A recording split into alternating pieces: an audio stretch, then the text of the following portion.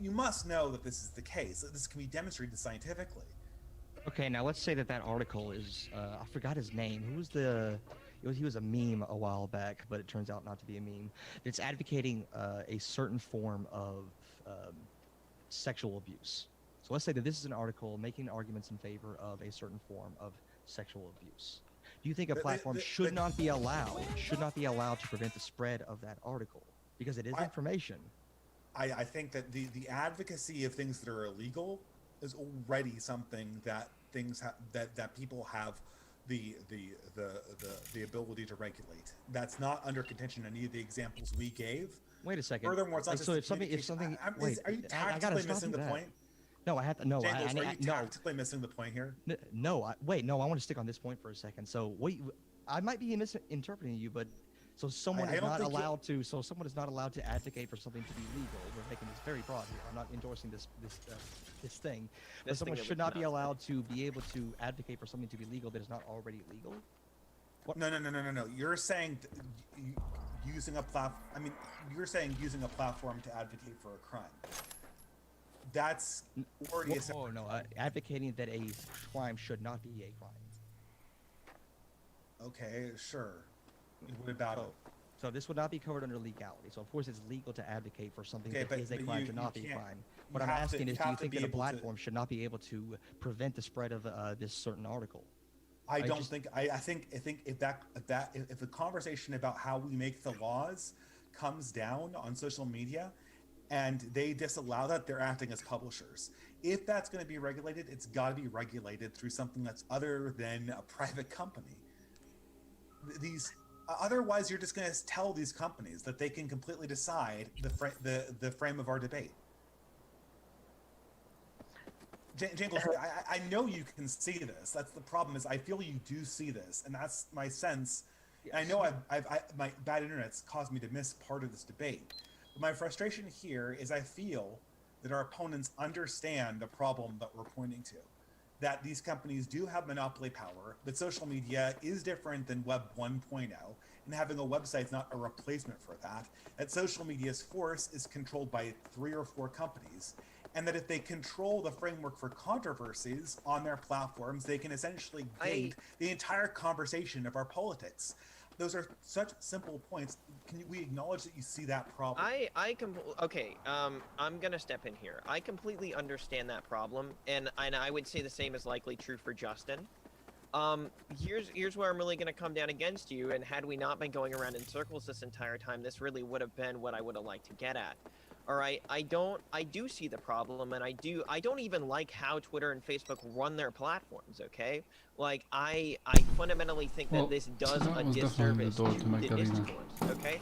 But I don't think that the best way to go about attacking this is merely through enforcing laws that could potentially harm the way that the internet functions right now, because we're talking about should we stop censorship, but the question is what happens when those things actually get put into place, right? Okay, so let me ask a follow-up question. What's the best way to solve the problem? Hold on, I got more. All right, so I do understand the problem, and I understand that these companies primarily have the plate here, but the problem is that these companies are also so big and make so much money at this point that if you put more regulations in place, they're going to be the only ones. I understand. It's not. I agree. All of that together, so they'd be able to ban content I'm gonna need primarily to hear. I agree. Before we move to keeping on content that may be controversial, and they'd have to hire people to make that distinction. What I'd like to see, and what I think Justin might also like to see, is rather than just saying, hey, let's just regulate away the company's right to free speech, why don't we talk about the idea of breaking up the monopolies in the first place and subvert the problem while also keeping what's good about the internet in its current state? Okay, so would you embrace the regulation that Andrew proposed at the beginning of this conversation before we supposedly went around in circles? To mandate, did you even know what I'm going to say? In order to mandate an open protocol? I don't. Do you support that regulation? I don't support the idea of necessarily regulating open protocol. I do understand the importance of TOS. I don't think it should be government enforced. So Jordan, you don't believe that we should force social media companies to allow anyone to connect to their network? Oh no, mines again. You don't believe that we should make social networks behave like email, where you can use Yahoo or Gmail and talk to everyone else through email. You don't I believe think that's how they already fundamentally work until you break the rules. I mean, email's already kind of a publisher, isn't it? I have a spam they folder. don't work like email because email uses services like POP that are open protocols. Facebook's and Twitter's protocols are IAP, which means that they can't be connected to by any service. It's not like Mastodon. Are you? I'm curious. Do you think that it should be like this segment sort of regulation should be applied to like emails and like cell phone providers? They automatically filter things that they consider spam, so they determine what I should see. Are you against that as well? No, email. This is the clarification. The protocol does not filter that. What filters that is your spam filter, which you can turn on and off, by the way, right? That goes through something like Gmail.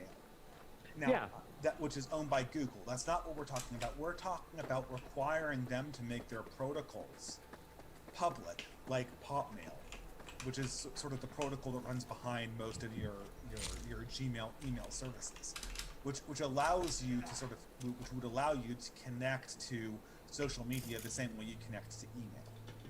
Yeah, I don't think that fundamentally works because the primary reason why people gravitate towards social media platforms is fundamentally for the different experiences that each of them provides, and part of that is actually controlled by the company and the way that the company sets these things up. Part of these are protocol related, part of these are API related, part of these are UX related.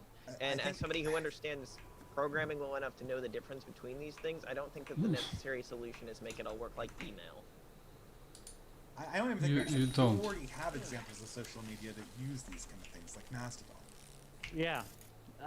So I mean, you're telling us something that's impossible, and we already have an example of it existing. Look, here's the thing: is if you like Mastodon, and here's the thing, Twitter's talked about this too, is they want to release a version of the Twitter site that would potentially be completely unregulated as well. I think these things are good things. I also don't think that we should force people to behave in this necessary way, and I don't understand why you're so intent on doing so. So what behaviors do you think we're forcing people to do? Fundamentally, I think that your beliefs here primarily are going to control companies into platforming and deplatforming certain types of speech that fundamentally would be more arbitrary than it is now. Because here's the thing: is you're allowing. We listed the regulation, and that wasn't it. Well, yeah, but the other regulation that we were talking about was the idea of TOS. It seems to be you want to put the government in charge of what is and is not biased moderation. Am I unfairly characterizing your argument? We are putting the government in charge. We're putting the government in. Well, first of all, there's one regulation we proposed that does not require that Andrew listed. There's another regulation on the table, and again, either of those would count in my book as proper regulation. The first regulation was publicizing the protocol, which we know works despite Jordan saying it doesn't, which we know it does, right? And the second regulation was requiring that the TOS be very specific when it came to moderating informational content in the way they enter. Those are the two things. Nothing would require anything to be done by these sites. It would require them not to use certain when they took certain actions, make sure that they adhere to a formalized system of rules that was overseen by the government. The same way, for instance, the government regulates corporations when it comes to racial bias, which has been doing for, what, again, 50, 60 years now? In finances. I mean, exactly. Like, we have to pretend like the government's never regulated anything ever, right? Like this is, the 19th century or something.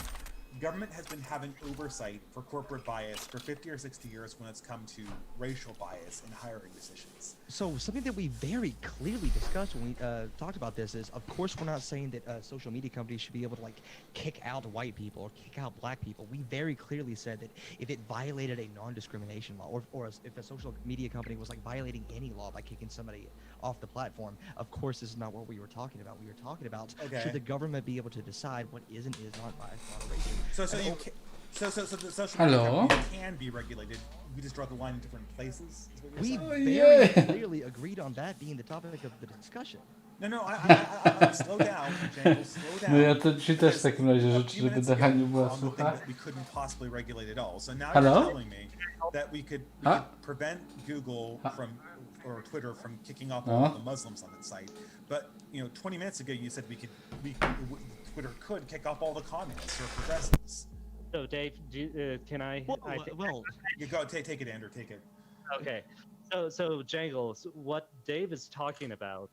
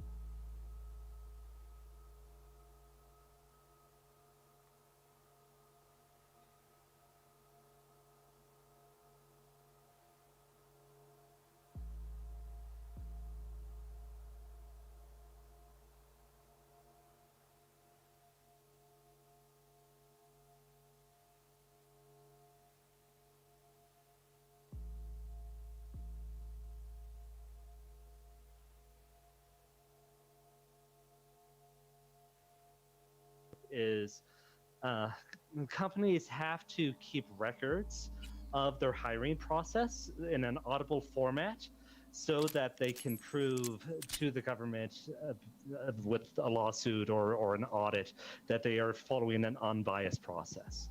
So they would have to follow a similar process for moderation, where they would have like an audit book of what occurred and what evidence they used for moderation in case it came to court or they got audited. And that's the analogy Dave is trying to make. Thank you very much, Andrew. I don't understand the analogy, I guess, because we're not talking about whether Really? or not we're not talking about whether Twitter can hire certain people for a hiring process, and we're not talking about. We very clearly agree that Twitter. Okay, cannot well, kick, this I'm not is done. not I'm not hiring, done. this I'm is not done. platform. I'm not done. Hey, man, you got mad when we interrupted you. So we're not talking about whether or not Twitter should be able to kick off certain identities or protected classes of people. We're not talking about whether Twitter should be able to do anything illegal. We're talking about things that are extra legal, things that are beyond that, which is what ideas, what information should be able to be disseminated on this platform. That's it. Yeah. And so in the same way that when you hire someone at Twitter, you have to have an audible thing that to prove that you're not being racially biased. You would have to have an audible thing when you moderate things on Twitter to prove that you're not being ideologically biased or you're only biasing it on. How would you determine that somebody is or isn't ideologically biased? The same way you determine whether they're racially biased. We should be ideologically biased. I don't like terrorism. Is that ideologically biased? Of course it is. One of the biggest proponent. We've already dealt with this under illegal actions, Jangles. Hold on. No, hold on. What we're talking about, we have two different Yeah, but terrorism attacking. We have two different camps attacking Section 230. One of them is requiring more censorship. Like, for example, I don't think it's controversial to say that terrorists definitely use social media sites to recruit. I don't think it's dishonest to say that misinformation has affected elections, both in the United States and abroad. And a lot of people are saying that Twitter and Facebook and other social media sites should crack down more on that disinformation. And so they want more censorship of these ideas. And yes, that requires them to be ideologically biased, because this notion of unbiased moderation is a fool's errand. Every decision is to some extent subjective. So it's obviously going to be biased. So maybe I don't want to strawman anybody. How would you reconcile this push to stop the spread of extremist content that might very well result in real world terrorism with your notion that we should be ideologically neutral in our moderation? Okay, so the first fence around it is illegal action, right? That advocating illegal action, including acts of terrorism, is forbidden, right? That doesn't get into this, right? It doesn't matter if you're an eco-terrorist or an Islamist terrorist or a communist terrorist or what have you. Advocating for illegal acts can be eliminated through moderation, right? Yeah, that would be easy to handle through the court law because we've already had that regulation for other things. Yeah, and so then the question comes in, are you being even-handed on? Well, the real question is social media being conducive to having the type of dialectic we need to sense-make in the world? Right, and that includes being able to come to different perspectives and analyze them, to get all the information necessary to be an effective electorate, and so on and so forth. And that's where the issue is that we're not dealing with ideological enemies outside the system. It's about our opponents in the system, right? That in some really strong sense, you, me, Dave, and Jordan have all agreed to the basic ground rules of politics in America, right? Where things like speech and elections and citizen action committees are the mechanisms through which we negotiate politics. And the issue is the importance of social media is we need to have a way to have those conversations for the political process. And if they don't do that, they will be doing the hidden agendas of whatever the people at those media companies do, just like the hidden agendas of the railroad companies a century ago, and so on and so forth. Can I ask a question? Jangles, do you think that, since you said that Twitter can get rid of all communists or all progressives, could Twitter 5 days before an election ban all the Republicans and just silence them, both Twitter and Facebook? Could that would be fine? I mean, it wouldn't be illegal. I don't think. But no. Would you think if it did that? Do you think the government should take action, or we should investigate ways to say they couldn't do that? If it was that extreme, maybe. Okay, so in principle you understand. I where we're understand coming your from. frustration. I really, really do. What I don't like is that I don't want the government to be deciding what can and cannot be discussed. So hold on, let me go back to it. Let me go back to it. Let me clarify. I also have another example that I wanted to go for. So for example, we said that you shouldn't be able to advocate. But how about when we crack down on extremist content? Extremists and terrorists aren't stupid. They know how to get around TOS, and so we are required to like platforms and social media companies are required to go around you're not overtly saying a thing, but you're heavily implying it. So for example, I'm sorry, James, the white genocide conspiracy theory was heavily promoted on YouTube, heavily promoted on Twitter, heavily promoted on Facebook, and inarguably heavily contributed to a terrorist attack that killed 50 people. And so, yeah, they didn't do anything illegal. And I'm such a free speech extremist that I don't think that should be illegal to discuss. But I think it's completely responsible for a social media company to take an extra step to stop the spread of that conspiracy theory in order to prevent real world harm. So you're saying that the social media companies are allowed to control ideology because extreme ideologies might influence terrorists or I mean, that's extremely reductive, and I don't think you believe that. Look, I think there's a whole. Of course, I don't believe that. Of course, I don't believe that. I'm asking. That seems to be what you're advocating for, Jangles. I mean, this example. Look, you're telling me that the government can't regulate, but in that extreme example I gave you. No, I didn't. No, come on, no, take that back. I'm not saying the government can't regulate. I think there's a whole other side of this that we're not really. I don't even understand what you guys are saying. Personally, it seems like you're taking back. Well, if you'd let me finish, I'd get there. I was talking to Jangles. Okay, Jordan, do you want to add something to that? Look, yes, I think there's a whole other side of this that you guys aren't even willing to consider, especially when it comes to extremist content, which is the fact that whether or not these things are or aren't illegal to say, and whether or not these are things that we believe are good for society, the biggest problem is that if Twitter and Facebook and YouTube and all of these other social media platforms allow people to post terrorist content, allow people to post things that are outright calling for genocide and calling for all of these other horrendous actions, people are going to attach that to their brands. So there's a whole other side of this problem, which is why they have the TOS in place that they do in the first place. Whether or not speech is illegal, these companies also have to realize that they actually have to be profitable, they have to be viable, and they have to be able to make money off of what they're selling. It's not profitable for the government already regulates direct advocation of terrorism, so that's off the table. Did you hear about right? Militech's The problem comes down to when these companies basically put themselves forward Okay, how about I use a less as extreme the game example? for extremist content or truth.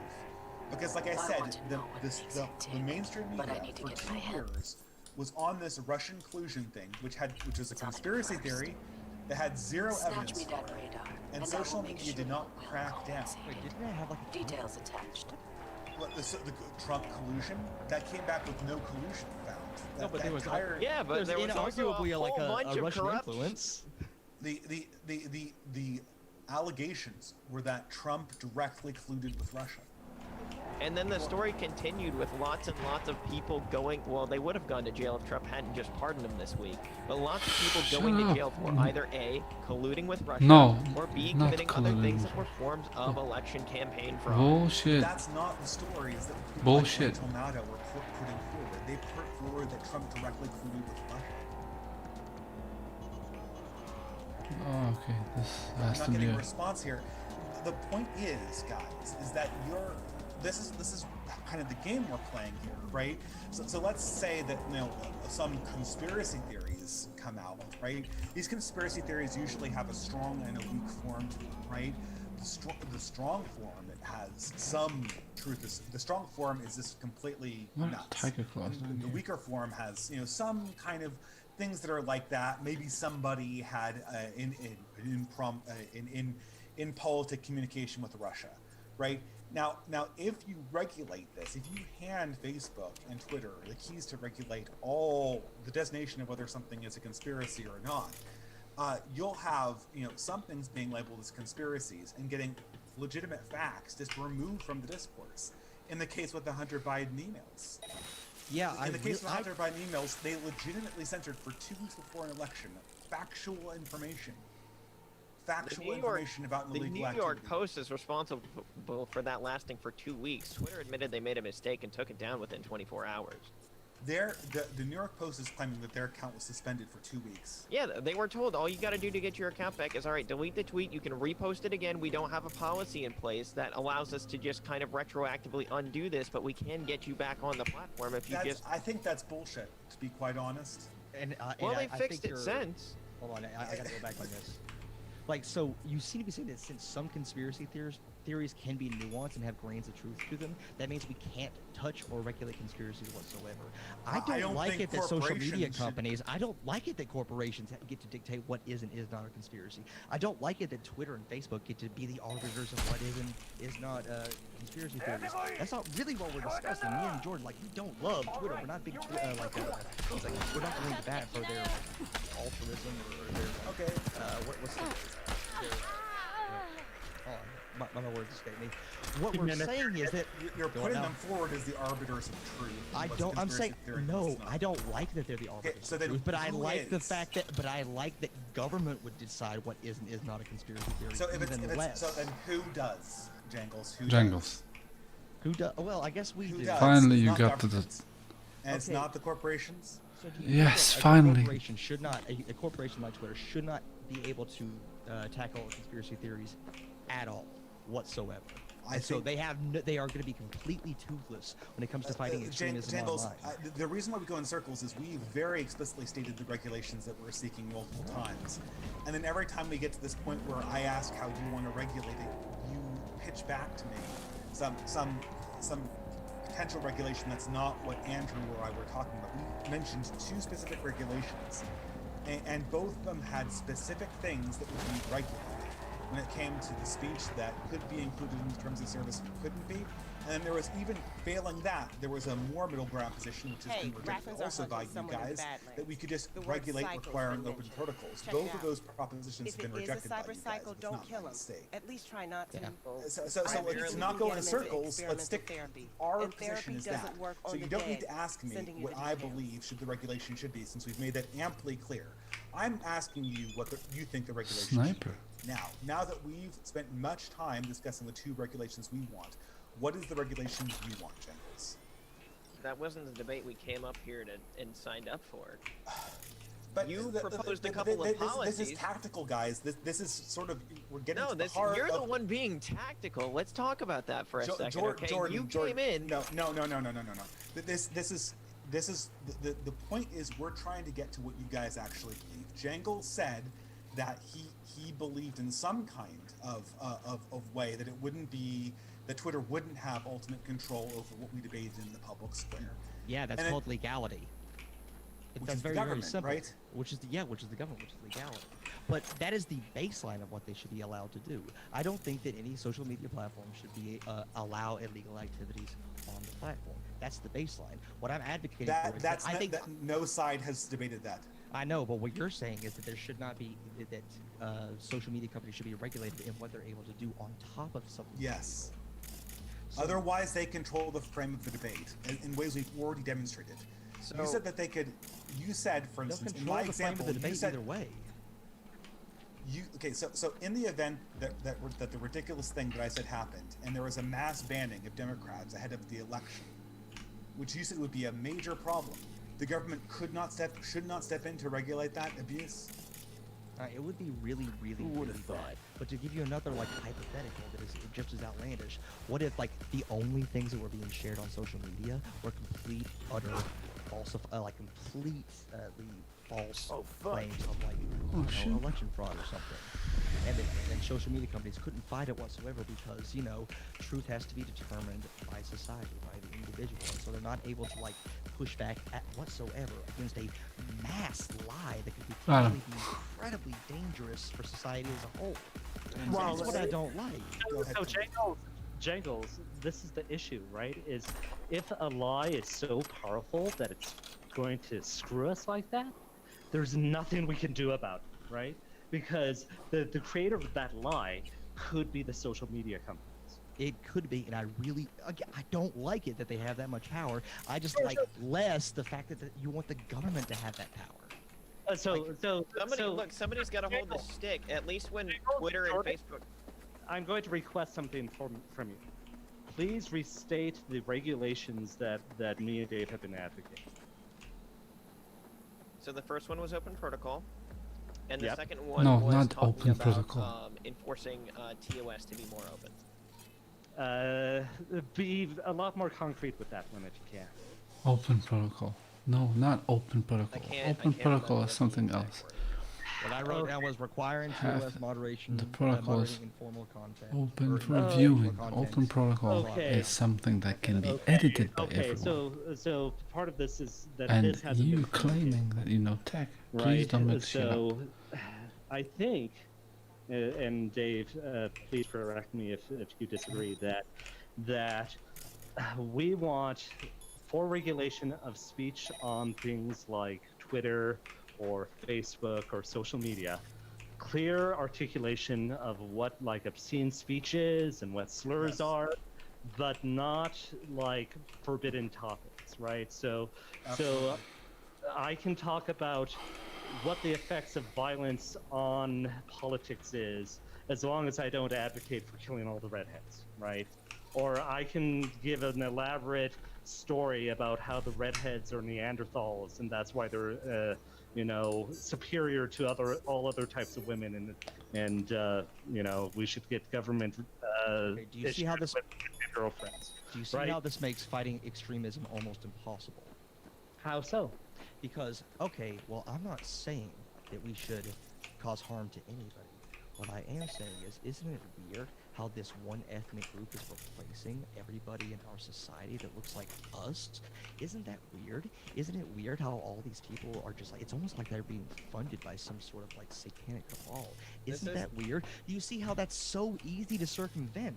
This is And literally of course how there's gonna have to be some sort of you want that speech to be banned by the corporation. I think What you that just said, like, just I think a corporation should things be out. allowed to take extra legal steps like, beyond what is legal. I don't want that content to be illegal. I don't want someone to be locked up in a But jail it's not by the even government for content. engaging in that What you speech. did- But I what you think that did it would was be incredibly insinuate- responsible. I think that it would be incredibly responsible for a social media company or a platform to crack down on things like that because it's been demonstrably linked to increases in terrorism. It's not at all that we would necessarily agree with, or at least I would agree with that decision. But fundamentally speaking, I believe that they do have a right to make that decision, and I think that's where we keep getting caught up on this entire thing. Okay, I thought we said that they. I mean, so this is basically the free market. I feel like we're getting two different arguments here. Jordan, it feels like you're making more of a free market argument, like they have some kind of right against being regulated whatsoever. That's sort It's of not inviolable. It's not a right against. And then being Jacob's making a regulated. practical argument about like something like the corporation has a moral responsibility to defend against extremism. Look, The it's not problem about. is, Jangles. It's not about whether or not they have a right to be regulated whatsoever. We already regulate these companies. I think the steps that you are willing to go to regulate these companies signal a decline in what our actual social conversation would be because of who you're giving that power to and who suddenly gets to decide what can and can't be discussed and what falls within those purviews. Even if we're talking about what's supposed to be a TOS censorship. Jordan, that doesn't seem to reflect what Andrew I'll give you a chance said. to respond, Dave. What I want to do is just quick. Jordan will give you a chance to finish that thought, but I also want to let you know if you have a short, pithy finish to what you were saying, Jordan, and then we'll give you a chance to respond, Dave, and then pretty quick, we got to go into the Q&A. We've got a good amount of questions. Look, even if we're talking about creating what should be a neutrally enforceable TOS law, there are two fundamental issues. First off, nothing is neutral, especially when we're dealing with the government. Whoever gets in charge is the person who has all of the power in that situation, and the rules could suddenly change tomorrow as to what that law is actually talking about. Opening the door makes the problem fundamentally worse later down the line. And the other thing is that while I don't agree with how these sites run their platforms, I don't think that Twitter, as it's currently set up, is actually providing any kind of a public good. But part of it for them is being profitable. Part of it for us as consumers is understanding that some of the decisions that these companies are going to make, we're not going to agree with. We can fundamentally choose to fund people who are competing with these companies. It's not because I believe that they should have complete access to free market zero regulation.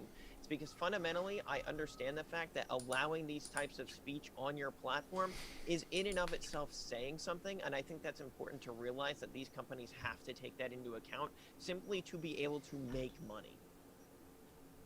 It's not our responsibility to ensure Twitter and Facebook make money.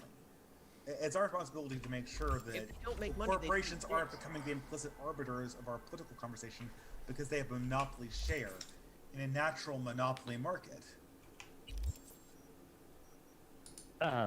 Just underline that. If Twitter isn't providing a public good, it should be burnt to the ground. Yeah. I mean, I don't care. I mean, like, who cares whether Twitter or Facebook make a profit? I don't care. I don't even think that they should really exist. I mean, how about this, guys? Can we all agree on breaking up these monopolies? Is that something we'd agree on? I'd agree on that. Jangles? I'd have to do more research on it. Okay, so I mean, the strange thing is that regulation to me would be a less intrusive way of just breaking these guys up. You know, open protocol seems to be a less intrusive way of doing that. My sense is that if we break them up, there'll be a natural remonopolization in about a decade. And this is where I wish I could have dragged things, but like honestly, where the debate got stuck didn't really allow me to go there. The fundamental issue that I have with a lot of these regulations is, while they're going to work at, you know, keeping the big boys in check now, what happens when somebody does actually do something which radically changes this monopoly up, and we're no longer in a natural monopoly situation anymore, or the person in charge of that monopoly changes.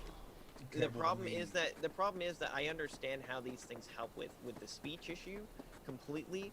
My bigger concern is that and there's a lot of evidence to this fact. If you look up any major publication talking about the effects of Section 230 and repealing that, which is one of the only major bills dealing with this topic right now, the biggest thing that everybody cites, especially people like the EFF, is that these are actually going to be anti-competitive in the long run. There is a car sitting in the middle. The EFF doesn't care about competition, it cares about consumer rights. The chances of you exploding aren't zero, but let's face it, isn't life one big minefield anyway? Details sometimes. Attachment. Monopoly utilities that are well regulated by governments tend to do very well for citizen rights or consumer rights. You can say that the EFF primarily cares about consumer rights, but I could literally, and like I to a degree, I do think you're fundamentally right most of the time, but especially on their coverage on Section 230. They fundamentally pointed out the issues for the internet as a whole. It actually causes more of a public damage to be messing with these types of regulations in the long run, because as I said before, but we never really had a chance to get to, the biggest thing we run into is that large companies with a lot of money like Twitter and Facebook have a better ability to put together a legal team that can find a way to comply with these laws. Smaller people who would be able to push them out or even just provide alternatives aren't going to be in that position once we start putting these regulations into place. We are going to go into the Q&A. Forgive me, gentlemen. I know that you've got another round in the barrel, but I am really excited to read these questions. Also want to say thanks so much, folks, for your contributions to the Kickstarter. You can see the progress as the meter has gone up during the stream to where we're at about 80%, which we started at the stream at 70%. I'm stoked, you guys. This is going to be epic, and I want to let you know one thing about this is that, including the speakers that we have on right now, I love to travel. My hope is that Modern Day Debate, we get to do more on-tour type of events, and that would mean basically when we use the funding to do things for more like in-person debates, things like that, as well as new speakers like Dr. Michael Shermer, things like that, is that hopefully, you know, these might be the kind of guys that you get to see in person someday if we happen to find a convenient city that we can kind of arrange for a debate, as we do want to take 2021 as a huge opportunity to have more new opponents as well as new formats such as in-person debates. And so do want to say thanks so much as we're testing out this new Kickstarter strategy in order to kind of see what kinds of new things we can do. So we do have some questions. We're going to start with our dearest and loyal friend, Samuel Lillaholm. Says, question for both. If the US is like a home with rules set up, what is the best system for a family? It seems not letting others silence others would be good to me.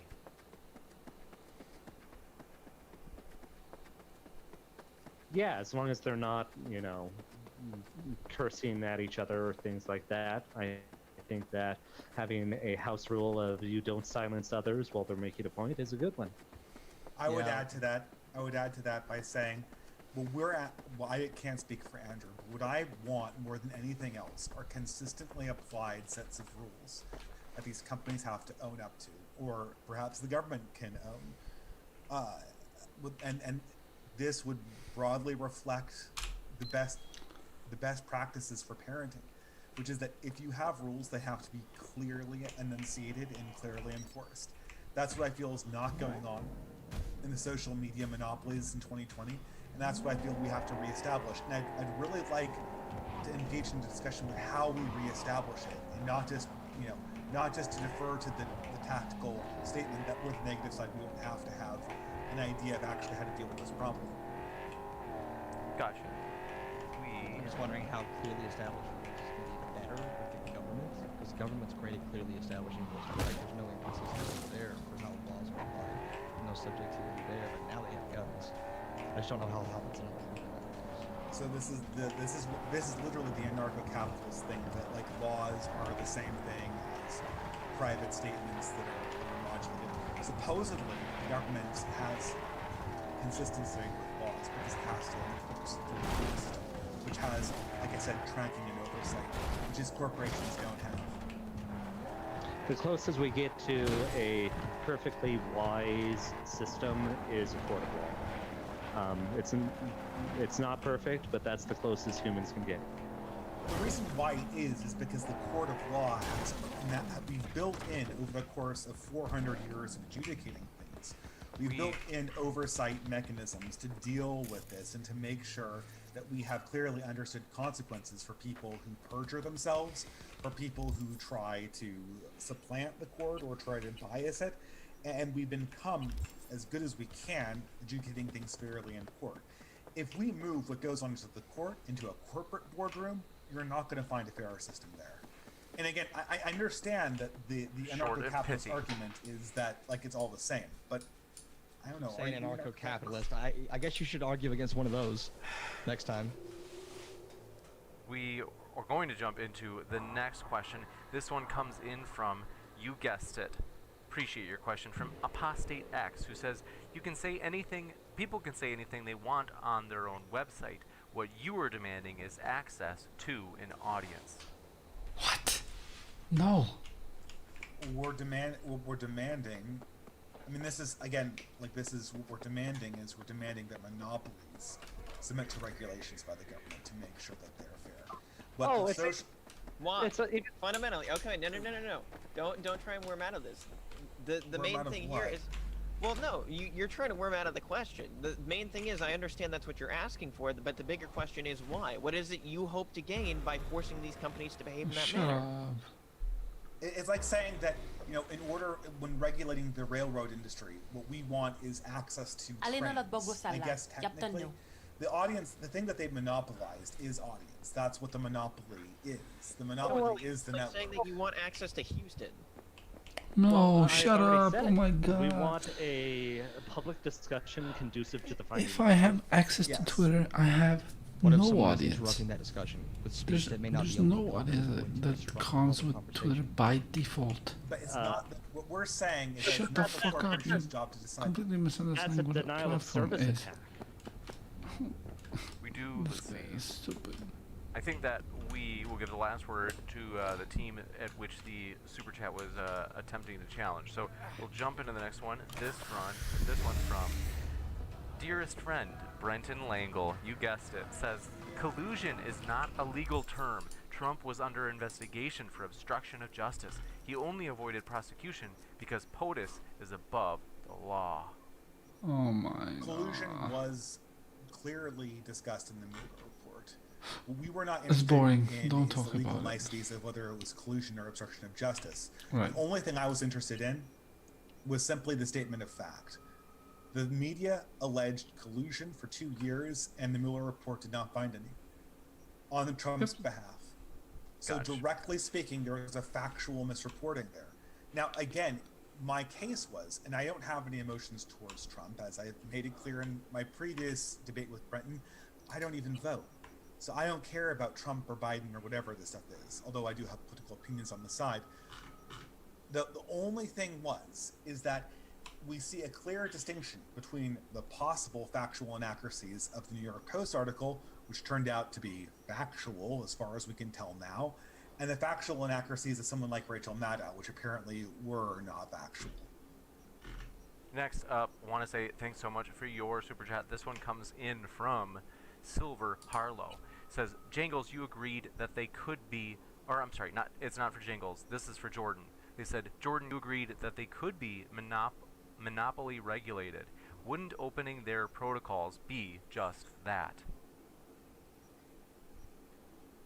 I'm not entirely sure that I understand the question. Here, I'm trying to find it in the chat so that I can take a agree that they could be monopoly regulated. Gotcha. I can read it. I don't fundamentally think so. Because I fundamentally don't understand what opening the physical protocols would actually change about the way that these platforms behave, other than essentially making it less likely that anybody could be kicked off, period, whether or not somebody had a good or a bad reason. Now, it would all come down to implementation, and maybe I'm misunderstanding here. I do know a half decent amount about technology, especially on that side of things, but I don't fundamentally understand how this works, and I don't also understand how, from a business side of things, this would allow these companies to properly function in the first place. Because the primary issue I'm running into here is if everything behaves like email, all of a sudden, instead of having unique and distinctive platforms, like for instance things like Reddit or Tumblr or Facebook or Twitter, we suddenly have everything that's basically the difference between Gmail and what are you doing? Yeah, companies would sell interfaces, not platforms. Vic, what are you doing here? Gotcha. I don't fundamentally know, and this is less of a political question, but more of a technical question as to how. Well, if it isn't my favorite twins in Night City. So, next up, I do want to jump. I hate to do this, just because we do have so many questions. I do want to try to jump to the next one. Samuel Lilleham has another. He says, should we give no should we have no government interference on businesses or government interference? If we're going full non-government interference, which I might agree with, that includes letting racists be so. I think that's Jangles. Yeah. Where did this notion that we're against all government regulation, like that we have government regulations, they're called laws. What I'm arguing that is that I think racists should not be locked up by the government. I'm just a free speech advocate like that. But I think that platforms should have the freedom to target racism on their platforms. That's it. What?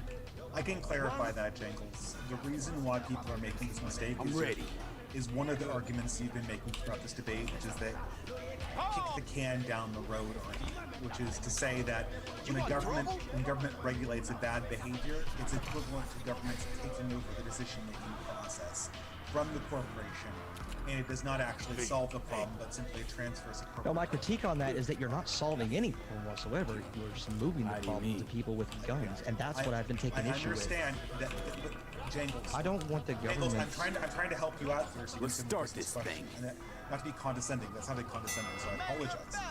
But that argument that says regulation is simply moving, from corporations to government with guns. That's an argument that can be put against any regulation. Well, I guess I could just answer the question itself and say that I want the government to regulate businesses legally. However, I don't want them to be. I want platforms to be able to tackle things beyond legality, beyond government regulations. I don't think that the government regulations should be the end-all, be-all of a platform. I think they should be able to enforce TOS beyond that, and that will require some subjectivity. That does mean that ultimately a platform is responsible for what is not honest. Hey, and there's a lot of problems with that. We're never arguing for that being like the best thing that could possibly happen. I'm saying that the alternative, which is putting that decision in the hands of the government, is worse. Good. Gotcha. I do want to jump into the next question, even though, as I mentioned, I know you guys have always got another round in the chamber ready to go, but this next one comes in from Dear President Sunday. We appreciate your question. You said, does not some discourse silence people by validating the perspectives of their targets, e.g. Oh my God. denigrates people along lines of race or sex?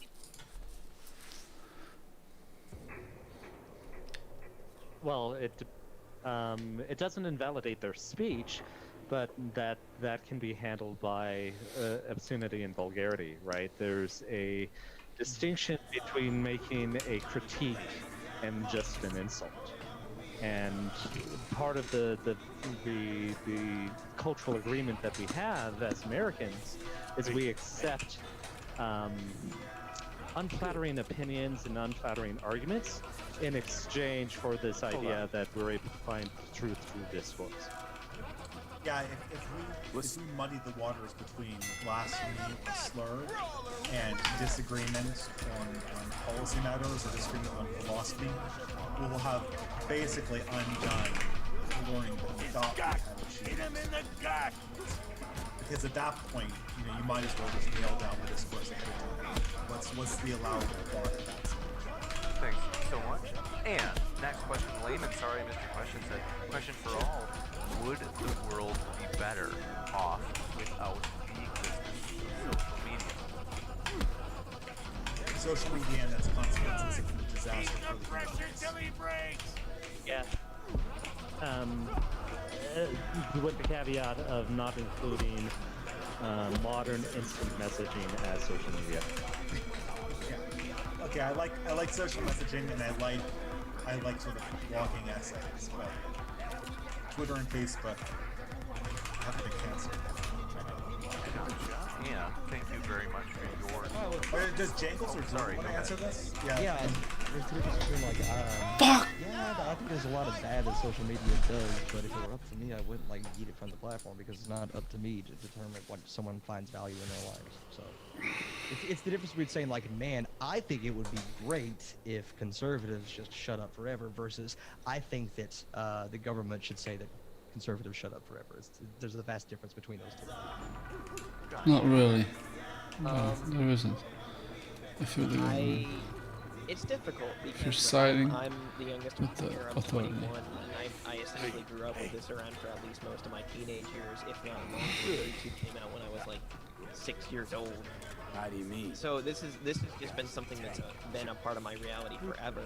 I think that a lot of psychological data and studies would definitively prove that we would, on an objective level, be a lot better off without these things. And even though I was so young at the time, I do look back and wonder what would have happened if we didn't have to worry about the things that we do now, especially with social media and smartphones.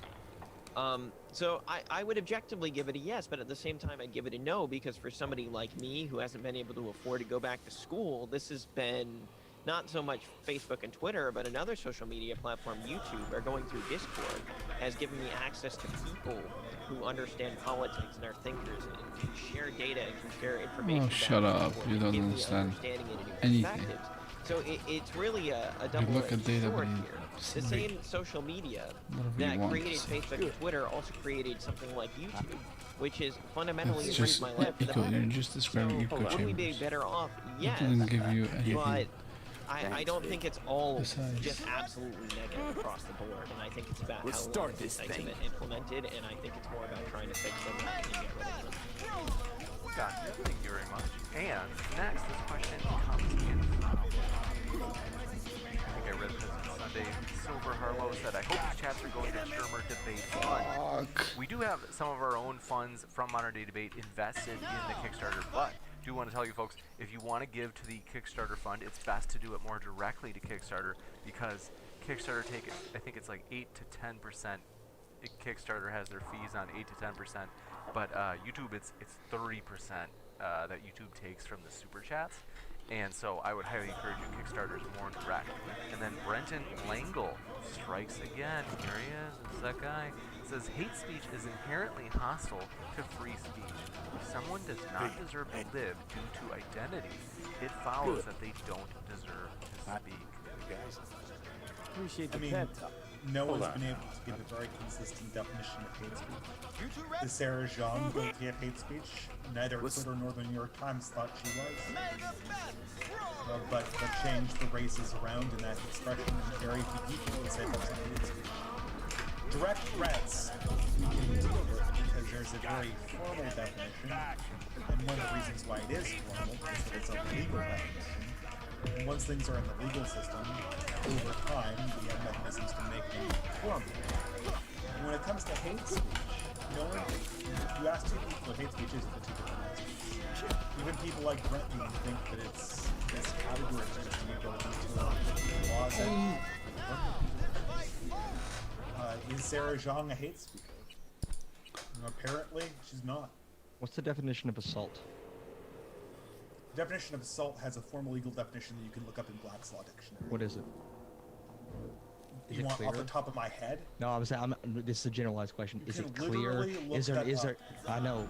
You can literally look up the definition It was of a assault. leading question, and I apologize for that. But I'm Yeah. saying that even the definition of assault, which is formally legalized, still has some wiggle room. They don't specify like a What is the wiggle room that allows? Like they don't specify like How do you what mean? is the actual like newtons of force that you quantify assault. It Appreciate is the a pep little bit talk. up to interpretation. Hold on. That's why we have judges in the first place.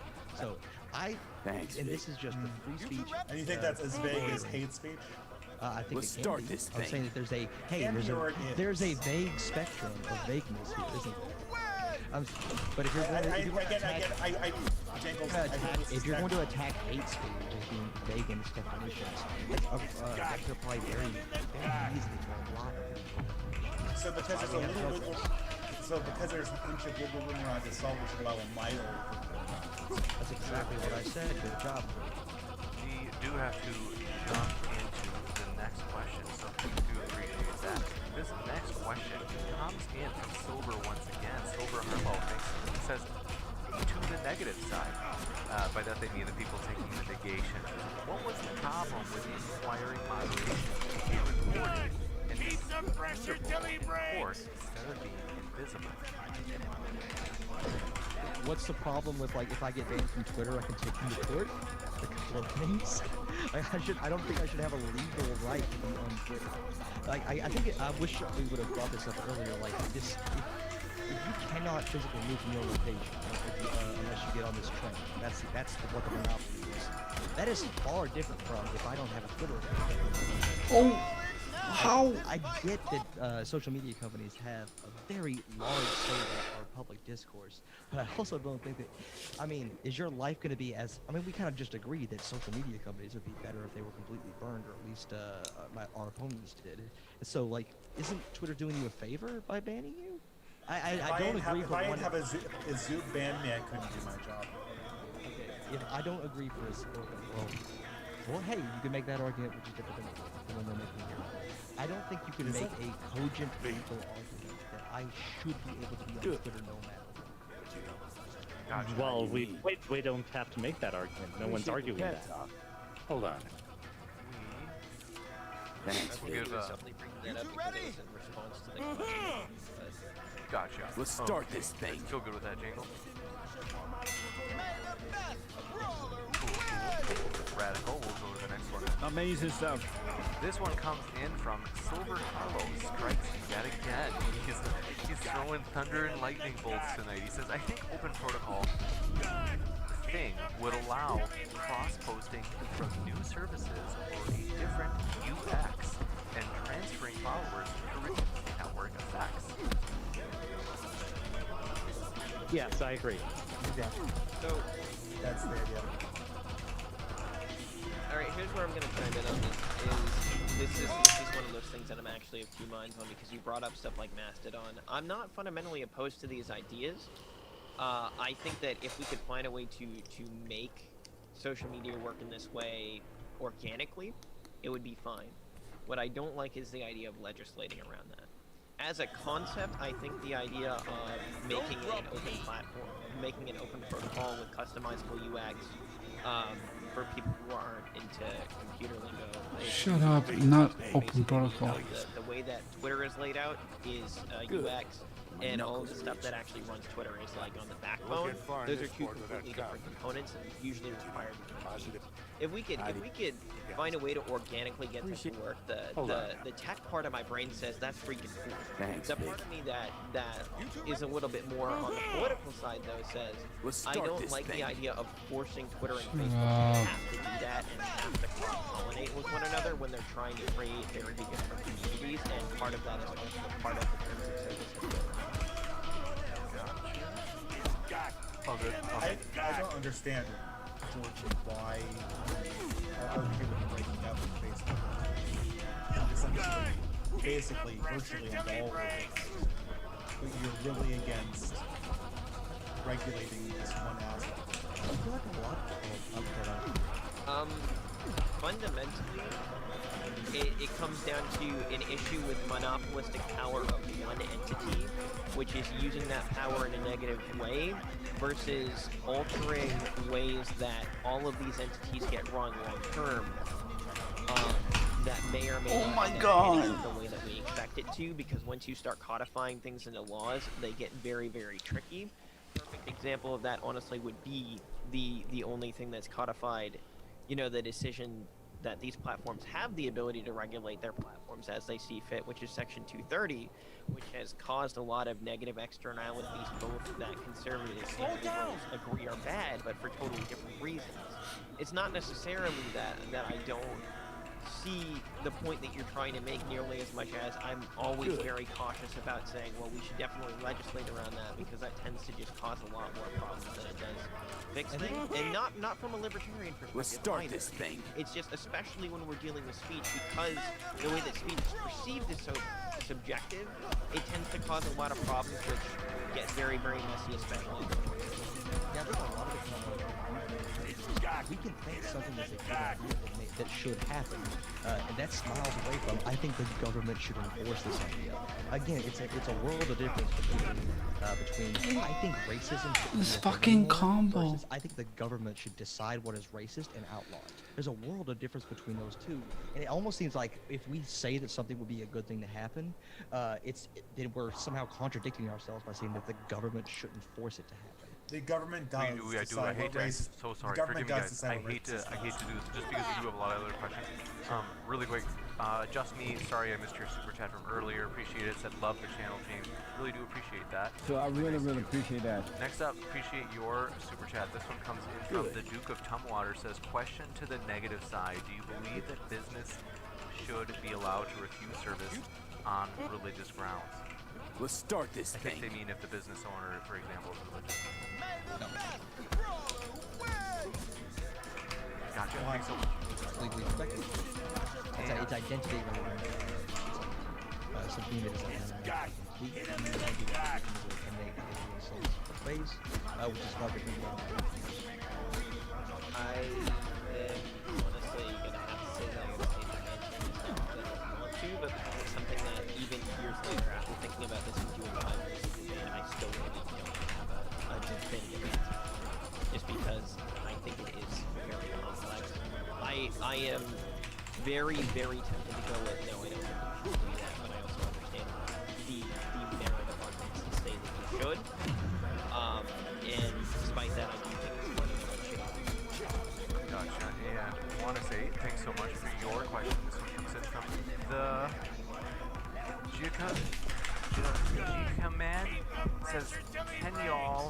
just admit you just want to say the N-word on Twitter without getting kicked off, this would have been a lot shorter. Next. Better and better, but I rarely swear, so. Yeah, I don't swear. Good for you. Well, it's good. I appreciate that. And hey, for what it's worth, I didn't think that was your argument. Okay, I know it was more nuanced than that. For whatever it's worth, whatever animosity we have. I think part of the reason why Carissa booked you guys is because we were fairly confident that you weren't going to be doing that reason. I should probably modify that. I should say I try not to swear because I've got a young child, so I'm trying to cure myself of that affliction. But I aspire to be like Andrew. That's excellent. And Let's thank start you this so thing. much. Just double checking that I've got all the questions. We do have another one. Let's see. This one is from Justin. He asked, do you believe governments fulfill the role they were created for, and does that role include censorship or freedom of speech?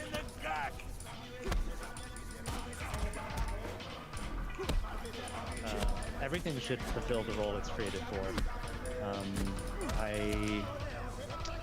I'm a big advocate for the minimally effective government, and I don't think that in a well-functioning society, a government needs to determine what is true and what is false. Gotcha. Yeah, I think that's the big thing. No official truth. Rick, you betcha. That one was just you who said, do you think governments fulfill the role they were created for? And does that role include, namely the role that they were created for, does it include censorship or freedom of speech? Whether or not they're fulfilling that role is something that's been debated throughout history. People like John Locke and Thomas Hobbes, so I'm not even going to try and touch that with a 10-foot pole without a political science degree. As far as whether or not I believe it fundamentally includes censorship, you'd be wise to. Don't think you can take another beating. And there are a good number of reasons for that, but I think part of what keeps civil discourse functional is the fact that we have the right to make these decisions, and we have the right See you around there. I suggest you train to one another, even if it's something that we shouldn't say, or something that we shouldn't necessarily isn't polite, or something that's outright offensive. I believe that there is a place for having the right to say these things. The part that always trips me up, though, is whether or not people hosting that speech have a right to take people off of that. In reference to the analogy of the House from the first question of this entire section, we're not talking about a situation where we're asking really whether or not Twitter has the right to silence anybody else. We're asking whether or not people who, as one of our other questioners commented, if somebody were to go into your room, grab a megaphone and start screaming the N-word, are you allowed to kick them out of your room? And I think that's really where this debate needed to be focused in order to really get at the core of the free speech issue. But, you know, we got a lot done here, but sadly that wasn't really the crux of the argument. Gotcha. And I want to say, just as a quick, because I do appreciate that there's nuances in what groups you guys identify with. For simplicity's sake, the thumbnails are all, they're, you know, for example, liberal versus conservative, even though I know some of you don't identify particularly as either necessarily. Bricks says, in promotional images for this debate, there was text using conservative versus liberal. Does this accurately describe your their political identification? So this will give you guys a chance to explain what exactly, what strange creature you actually are if you're not the standard liberal or conservative. So you pull that whole father story out of your ass. I don't need a label, man. You're trying to push your labels on me. I would describe myself as like Jenny. Ugh. And maybe you, hey, if you can identify, go right ahead. Thank you. I'm certainly not a conservative. The conservative movement is one of my main targets, and I probably will be considered on the right, but I kind of reject the label conservative explicitly. Gotcha. Yeah, so I'm also right-wing. I'm not what would be considered a mainstream conservative. I believe that traditions and culture has a lot to teach us, but there are a lot of things that actually need to be restored from the past and brought to life again, and appropriately adapted to our own context.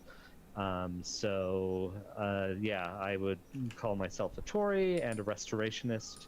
occasionally reactionary. Gotcha. Thank you very much. Want to say thank you so much to our guests. Thank you all for being on today. It was a pleasure to have all four of you. All of them are linked in the description, folks. I'm going to be right back in just a few moments with a post-credits scene. So do stick around, folks, as you won't regret it, as we have some epic updates we're really excited about. And so, want to say, though, thank you, all four of you. It's been a true pleasure to have you on. Thank you so much for being with us tonight. Thank you very much, guys. Thank you. Thanks, guys. Alrighty, as mentioned, we'll be right back, folks, with that post-credit scene, so stick tight.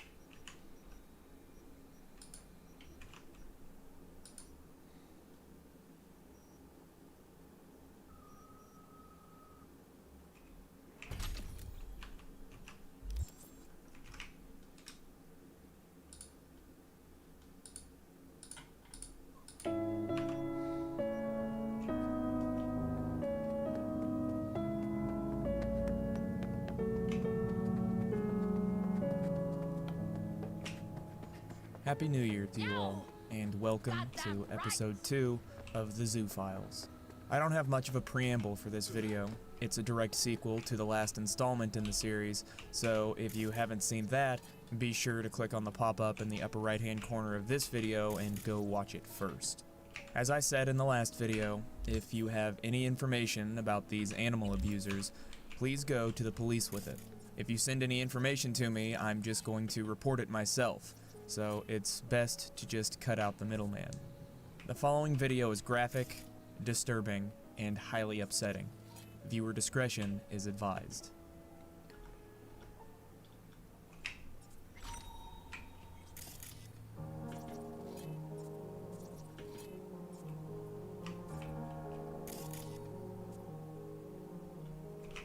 Following his release from Whatcom County Jail in late 2012, Douglas Spink didn't have many options when it came to housing. He was broke and on high-risk federal probation, with special stipulations prohibiting him from being in contact with animals or using the internet due to the nature of his crimes. What few normal friends he once had wanted nothing to do with him. His only realistic option was to seek out fellow zoophiles, but due to the heavy surveillance he was subjected to, that was not an option that any of them were willing to entertain. Spink's calculating mind had prepared for this inevitability while confined within the walls of federal prison. He had once been cellmates with a man named Mike Finter, who was doing 10 years for armed robbery. Alongside his wife, Katine, Finter had previously run a struggling self-sustaining homestead on the Olympic Peninsula in western Washington. They were the sort of lovable, if often misguided hippies that seek to strip away all but the most essential bits of modernity in order to integrate back into a more natural and sustainable relationship with Mother Earth. Katine tended to their homestead, generating a profit and free labor by teaching classes in no-till farming, while he worked as a marine carpenter on sailing yachts. At some point in early 2009, Mike Finter became radicalized, angry beyond measure about government bailouts of big corporations while people starved and lost their homes every day. He felt it was his duty to rebel, and so he began robbing federal banks in order to reroute bailout money to unknown anti-government corruption groups. He fancied himself a modern-day Robin Hood. He was captured in the same year his spree began and was sentenced to 10 years in prison in July of 2010. Within weeks of Spink's sentencing following the raid on his bestiality brothel in Sumas, Washington. The two shared a cell for a short time at the Federal Detention Center, SeaTac. Spink claims that the two struck up a friendship, which is possible, I suppose, but even if it were true, the man never knew that Spink was a serial animal rapist, for surely he would have warned his wife when she phoned him in federal prison, inquiring about Spink's character after he had shown up on their farm in early 2013, looking for housing, community, and work. Disconnected from technology and still recovering from the shock of her husband's arrest, Katine Finter had no idea that she was inviting a monster into her home when she agreed to let Douglas Spink live on her peaceful 40-acre farm. His complete lack of empathy made him an incredibly effective manipulator, and he easily slithered into her community. He took up residence in a trailer tucked away on the property, which itself was tucked away into a natural pocket of nature, secluded from the outside world. Again, the lack of diligence of his probation officer resulted in Spink having unfettered access to innocent animals, as well as being around small children daily. His home address on the farm was approved for several months before the agent assigned to his case realized he was living among a herd of some 40 sheep, and he was ordered to find a new home. He rented a house about a dozen miles away, but it was merely a front. He filed the requisite paperwork every month and paid the rent, but in reality, he never left his home base, the trailer on the farm. From it, he operated several bestiality-related websites, chat rooms, and forums. Utilizing his expertise in animal trading and technology, he began gathering his prey. He managed to track down and buy back one of his previous victims, the stallion Little Joe, which he boarded at Wild Rhodey Ranch 15 miles away in Port Townsend. He wormed his way into the trust of the stable owners and workers by offering to volunteer his services teaching children to ride horses. He formed all of his relationships under the name Douglas LeConte in order to conceal his horrifying past. The farm was having the usual trouble with managing a herd of sheep. Coyotes were poaching the livestock. Spink saw the opportunity to expand his pool of helpless victims and convinced Katine to purchase a 5-month-old Caucasian shepherd named Baka. He assured her that he had ample experience in training large breed working dogs, and she happily let him take the young animal as his ward, never suspecting the vile plans he had in store for the poor pup. Unfortunately, the nightmare didn't end there. Spink's choosing this farm presented another, unbelievably cruel twist of fate. Katine was neighbors with an exotic dog breeder named Andrew Johnston, and several years prior, in 2007, Spink had bred one of his previous victims, a boerboel named Bafana, to one of Johnston's bitches, with the promise of a free pup from the litter if Spink could provide buyers for those that remained. Spink had no buyer, and so he got no puppy. He didn't know it at the time, but Andrew Johnston saved an innocent puppy from a terrible fate that day. Bafana wasn't among the dogs seized during the raid at Spink's Sumas cabin.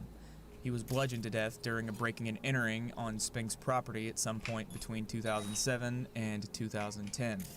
At least, that's the story that he gives. Spink lived on the internet, and it only took a brief Google search to discover that Bafana's lineage was still present on Johnston's property, namely a 5-year-old boerboel Kangal mix named Genghis. Spink was brazen. He wanted that dog. He wanted to do horrible, unspeakable things to it, and he knew how to get it. He watched and waited, planned for nearly a year. He built up a trust with Genghis, slinking around Johnston's property in the dead of night with scraps of meat and bones, not a soul suspecting the unimaginable horrors that were lurking just beyond the light of their homes. During the midnight hours of February 21st of 2014, Spink made his move. He cut a hole in the fence, brought Genghis through, and stole away into the night, likely smuggling the dog to a friend in Canada and foolishly leaving a mountain of evidence behind in his trailer. For the entire duration of his stay on the farm, Spink was awaiting trial in Whatcom County for 3 felony animal cruelty charges stemming from the 2010 raid. Before he could finally be brought before the courts, the federal government once again put him in chains. Johnston noticed Genghis was missing a few days later on February 23rd, and after investigating his property, he discovered the hole in the fence that separated his land and the Fenter farm. He immediately suspected that his neighbors had stolen his dog, and so he confronted and accused Katine and her mother. When he found out that the same man who had provided Genghis's grandsire all those years ago had been living next door, he became irate, suspecting a plot for vengeance, or worse. Katine had to call the police because he wouldn't stop harassing her and her mother over the incident, though personally, I can't blame him. The sheriff's deputy was dispatched to investigate the dispute. Johnston explained his grievances to the officer and then went on to question Katine. She told him that Spink had left sometime during the night 2 days earlier, taking Baka with him when he disappeared. She gave the officer his cell phone number. When the deputy called Spink and asked whether he had taken the dog, he adamantly denied the accusation, assuring the officer that even if he had wanted the dog, he already had Baka and couldn't afford another mouth to feed. The deputy wasn't particularly alarmed by the case. Animal theft was hardly exciting. He instructed Johnston to cease contact with his neighbors and assured him that he would be following up with Spink. It was only when he passed off his report to the animal control officer that all hell broke loose. The officer, Deputy Alex Mintz, was immediately put on high alert. He recognized Spink's name. The federal probation officer assigned to his case had let the department know that a high-risk felon that was banned from owning or being near animals had taken up residency in their county. Upon reviewing Spink's record, he discovered the pending animal cruelty charges in Whatcom County and subsequently contacted the feds in charge of his case to report the situation. By his own admission to an officer of the law, Spink was in violation of at least one of the stipulations of his probation. He was in possession of an animal, Baka. A week later, on March 4th of 2014, a team of U.S. Marshals, federal probation officers, and sheriff's deputies arrested Spink at the home he had registered with his probation officer a few miles down the road from the farm. He'd been missing from the area since Jangles was reported stolen. When they found him, Spink was wearing Baka's collar, and the dog was in his truck. He wasn't in great shape, but he had no major injuries, and went on to be adopted to a loving home. Spink was arrested and sent back to SeaTac to await a hearing with the federal judge for his case, the same judge who had ordered him imprisoned the previous 2 times they'd met. 2 months later, on March 9th, Spink appeared for the 3rd time before Judge Ricardo Martinez. The prosecutor urged the judge to revoke Spink's probation and send him back to prison for the remainder of his sentence. Spink used the opportunity given to him to plead for his freedom to instead bloviate about his upcoming case in Whatcom County. Quote, "I would like to say that on the Whatcom County case, that case was filed right before the statute of limitations expired. As a result of the 2010 incident, my lawyer and I are fighting that vehemently. We're fighting the constitutionality of the statute underlying that case in the strongest possible terms, and we're looking to overturn that statute on the basis of a flagrant violation of the findings of the Supreme Court in Lawrence versus Texas, as well as numerous due process violations of the statute itself. That's the status of the Whatcom County case. I'm proud to be fighting that case. I look forward to winning that case and to removing that statute from the books." Lawrence versus Texas was a landmark Supreme Court decision, which effectively ruled that laws prohibiting homosexual and other forms of atypical intercourse between consenting adults were unconstitutional. In the next video, where we examine Spink's, quote, activism, you'll notice that he and other zoophiles will often attempt to co-opt and insert themselves into the LGBT community. Needless to say, it doesn't go over well for them. At the time in 2014, Judge Martinez was not impressed either. He revoked Spink's probation and sent him back to prison for the remainder of his sentence, a short 9 months. While giving his decision, he noted that Spink was a hopeless case and one of the worst behaved felons he'd ever had to interact with as a judge. He seemed relieved that the man would now be the problem of Whatcom County.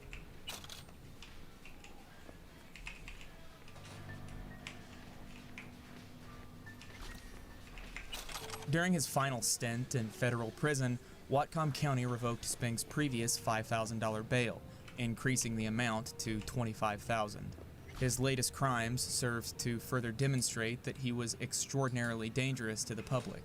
He was briefly transferred to Whatcom County Jail so he could appear at his own hearing, where he pleaded with the judge to allow him to first finish his federal sentence before proceeding with the case. The judge agreed, and he was sent back to SeaTac to serve the remainder of his time. Days after being released, on December 4th of 2014, Whatcom County moved to resume its case against him. Spink's grandiose plan to overturn the very statute with which he was being charged never came to fruition.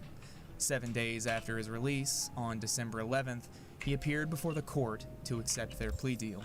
In exchange for an Alford plea, the charges would be dropped to 1 count of animal cruelty, he would receive no jail time, and he would never again be allowed to possess dogs in the state of Washington. Shortly after formally accepting the deal, in a rare move, the judge motioned to revoke the plea deal and sentenced him to 90 days in jail. Judge Charles Snyder was intimately familiar with the case and Spink's past. He wanted to send a message. Whatcom County would not tolerate the sexual abuse of animals in their community. Spink, nor others like him, would ever be safe or welcome in that community. He was allowed a few weeks to sort out his affairs and was ordered to report to Whatcom County Jail the following month in January of 2015. He never showed, and on February 26th, a warrant was issued for his arrest. Spink was a creature of habit. Just like he had in 2003 after filing for bankruptcy, he fled to Canada. His longtime boyfriend, whose identity I could not confidently ascertain, smuggled him across the border, and for the next 8 months he hid in the shadows, living in a constant state of fear. The woman who was writing his biography at the time, Corrine Maloney, met up with him, and she stayed in contact with him regularly. When criticized for letting an admitted animal rapist roam free, she will claim that she gets a free pass because she was a journalist writing a story. Despite his growing paranoid delusions and frequently recurring psychotic episodes, authorities had no leads on Spink. He had to walk right into their arms for anything to be done. On August 9th of 2015, he barged into a local business in Lambeth, a neighborhood in the city of London, Ontario. He was disheveled, wearing nothing but a towel around his waist, and was acting erratically. Onlookers called the police, and he was arrested at the scene. He was detained and gave the police a fake name. He was accompanied by a large breed dog, who police placed into the custody of the man he had been staying with, one Ronald Matuzczek of Port Stanley, located 30 miles away from Lambeth. The dog would later be identified by investigators as Genghis. He was never seen again. Shortly after his arrest, the Ontario Provincial Police identified Spink as a wanted man living in Canada illegally, but due to another massive error by law enforcement, he was mistakenly released that day after his arrest on August 10th. He was rearrested the following day at Ronald Matuzczek's home in Port Stanley. He was deported the day after his second arrest and placed into the custody of American officials in New York. Despite his active warrant back in Whatcom County, Spink was released by the United States border authorities. He called his mother to pick him up and stayed at her house for a few days before immediately sneaking back into Canada, again taking up residence with Ronald Matuzczek in Port Stanley. He lasted 2 months before being apprehended once more.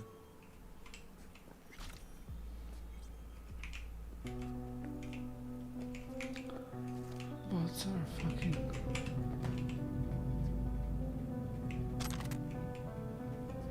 From the day he was exposed to the world as an animal rapist, Douglas Spink has tried to paint himself as a victim of the government, a victim of circumstance, a victim of a society that misunderstands and hates him. When given the opportunity, he will speak for hours or write paragraph after bloated paragraph full of pseudoscientific psychobabble in an attempt to justify his serial raping of animals.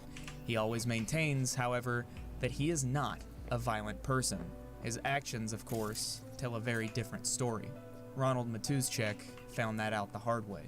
With a population of just over 2,000, Port Stanley is a tight-knit community.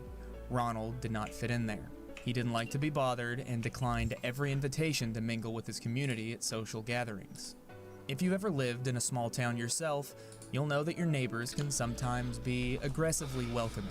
Years before Spink arrived, attempts to integrate Matuzczek into the community abruptly stopped. His 2 large Italian Mastiffs had mauled his neighbor's Shih Tzu nearly to death.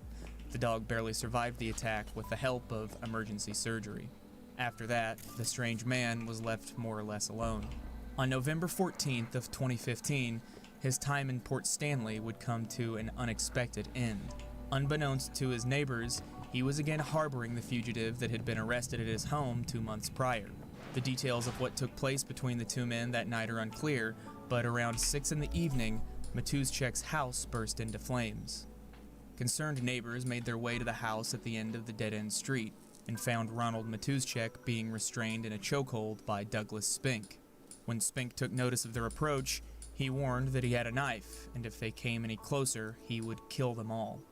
Abruptly, he released Matuzczek and ran into the house of the neighbor with the Shih Tzu, kicked in the door, ran inside, then out just as quickly, with the Shih Tzu running terrified to hide under a neighbor's deck. Her owner was out of the house at the time. Screaming, Spink started running down the street and straight into the arms of the Ontario Provincial Police. As soon as they slapped the cuffs around his wrists, he began violently fighting them. It took 4 officers to force him inside the back of a police cruiser. Once trapped in the confines, he began thrashing wildly, kicking out both rear windows and bending the radar antenna. On the drive to the hospital, he dented the back door and smashed his head full force into the plexiglass shield a dozen or so times. Once at the hospital, it took 7 officers to drag him into the facility, where he was finally restrained to a bed, screaming, fighting, and raving the entire way.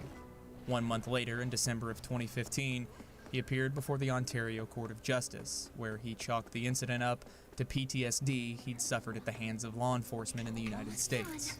He found zero sympathy from Justice Michael O'Day. He was sentenced to 5 months, including time served.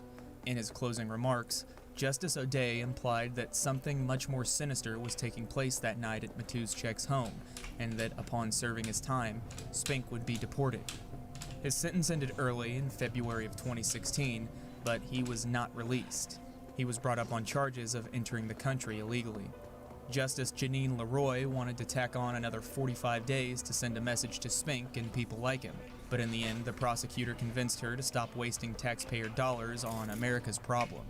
It was made crystal clear to him before leaving that should he try to re-enter Canada a 3rd time, he would face consequences far greater than he had in any other court. And so again, Douglas Spink was sent back across the border into the hands of U.S. officials in New York. And again, they released him into the custody of his mother, despite the active warrant in Washington. No charges were ever brought against Ronald Matuzczyk for harboring a known fugitive, and I can't find any criminal record for him. The fact that he was very close friends with Douglas Spink, had 2 large dogs, and was the last person to have been in possession of Genghis is incredibly worrisome. Genghis would be around 12 now, at the top end of the life expectancy for dogs of his size. Still, there is a chance he's still alive. He's an incredibly rare cross between a South African Boerboel Bull Mastiff and a Kangal Turkish Shepherd. If you think you might know where he is, I would urge you to contact his owner at the email address listed in the description of this video.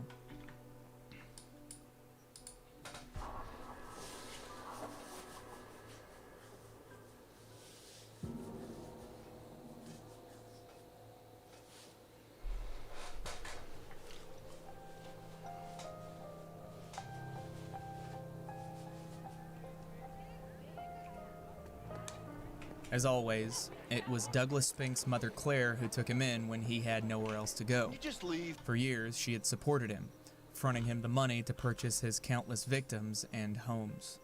Make no mistake, this was no naive woman who refused to give up on her son. She knew what she was doing. She enabled his crimes. She was complicit in them. Each and every time he was apprehended by the law, shortly thereafter, they would receive a phone call from Claire Spink, offering to take the animals in on her son's behalf. When he needed a way to hide away Capone, she readily purchased the cabin in Sumas that would become a bestiality brothel, a rotating door of some of the sickest men in the world taking their turns at abusing Spink's animals. When the farm was raided, she offered to take in the poor beasts. When authorities were in the process of finding Baca a new home, she told them she had just the place for him. Fortunately for the animals, the idea was never even entertained by authorities. After being deported from Canada a 2nd time, Spink went to live with his mother in Harmony, Pennsylvania. He made it less than 2 months before another violent outburst landed him back in jail where he belongs. He thought that living at home with his mother would make him feel safe again, but his paranoid delusions only grew worse. He heard voices in his head and saw people who weren't there, convinced that he was being tracked by the government. It should come as no surprise that the man who spent the better part of his adult life advocating for animal rape had a severe underlying mental illness. I'm sure his habitual drug use didn't help either. In the early hours of April 4th, 2016, he burst into his mother's room and grabbed her .38 caliber pistol, put it to his head, and began screaming that he was going to kill himself. She tried to talk him down, and he agreed to move the conversation down to the basement with her where they would be safe.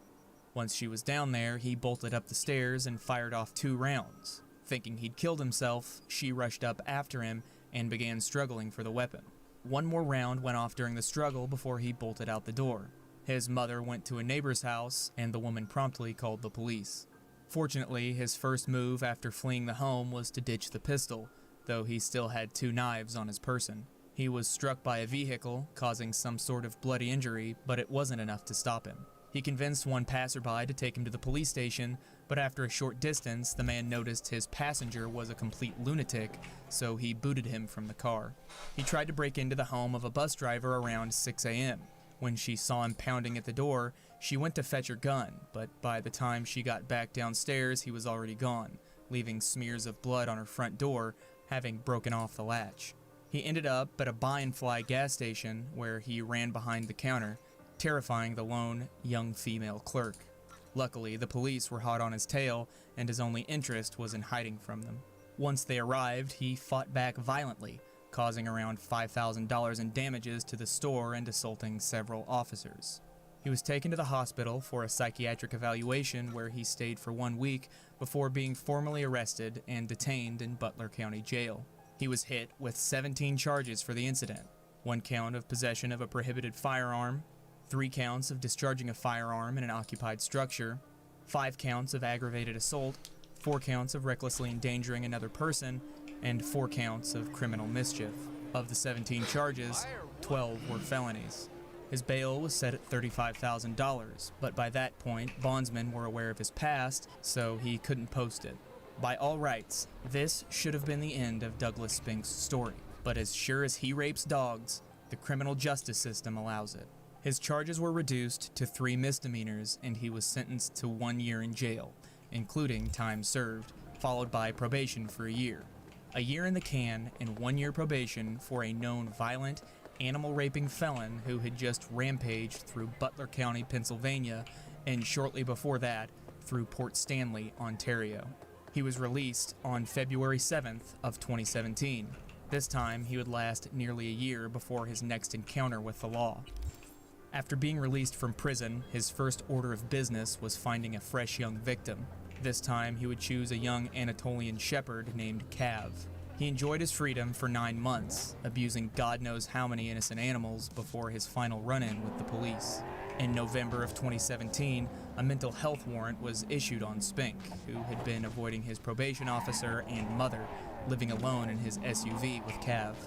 Again, hammering the point home of the failure of the United States government, this convicted, outspoken animal rapist had actually registered Cav as his service animal.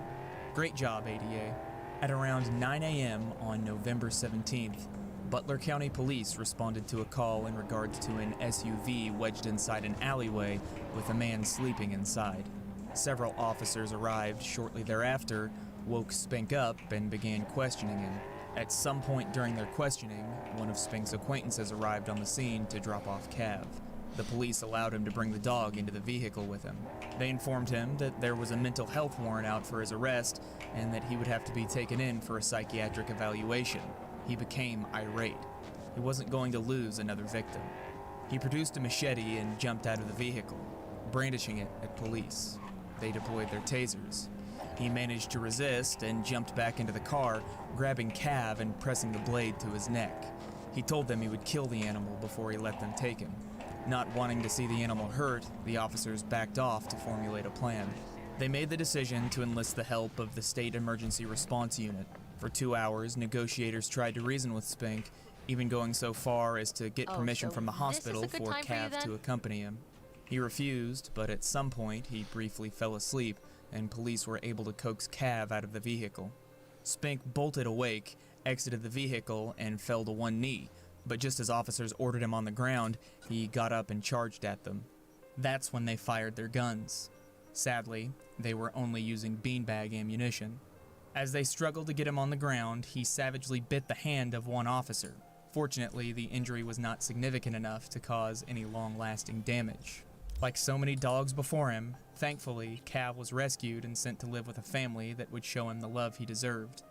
Spink was again taken to Butler County Jail, and almost a year later, in September of 2018, he finally pled guilty to reduced charges for a sentence of 11.5 months in jail, including time served, followed by 2 years of probation. He also agreed to never own or be in contact with animals again in the state of Pennsylvania. After his release in October, he began a barrage of vexatious litigation against the Humane Society that rehomed Cav, the police, the prison, the hospital, and the county, all pro se and all dismissed as far as I can tell. It was also at this point that he became active on Twitter across several accounts, tweeting more frequently than any other person I have ever seen. He began networking with other zoophiles, and a few months later, on March 20th of 2019, he launched the Zooier Than Thou podcast with Toggle, who is currently anonymous.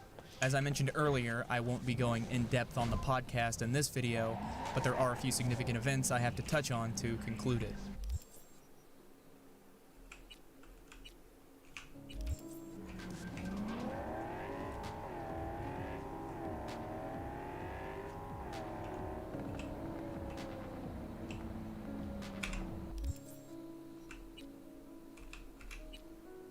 If you're watching this video, there's a good chance you remember the unmitigated horror of the zoo sadism leaks of 2018, when a ring of zoophiles, many of them active members of the furry community, were exposed in exchanging and producing animal torture porn when private Telegram chats were leaked.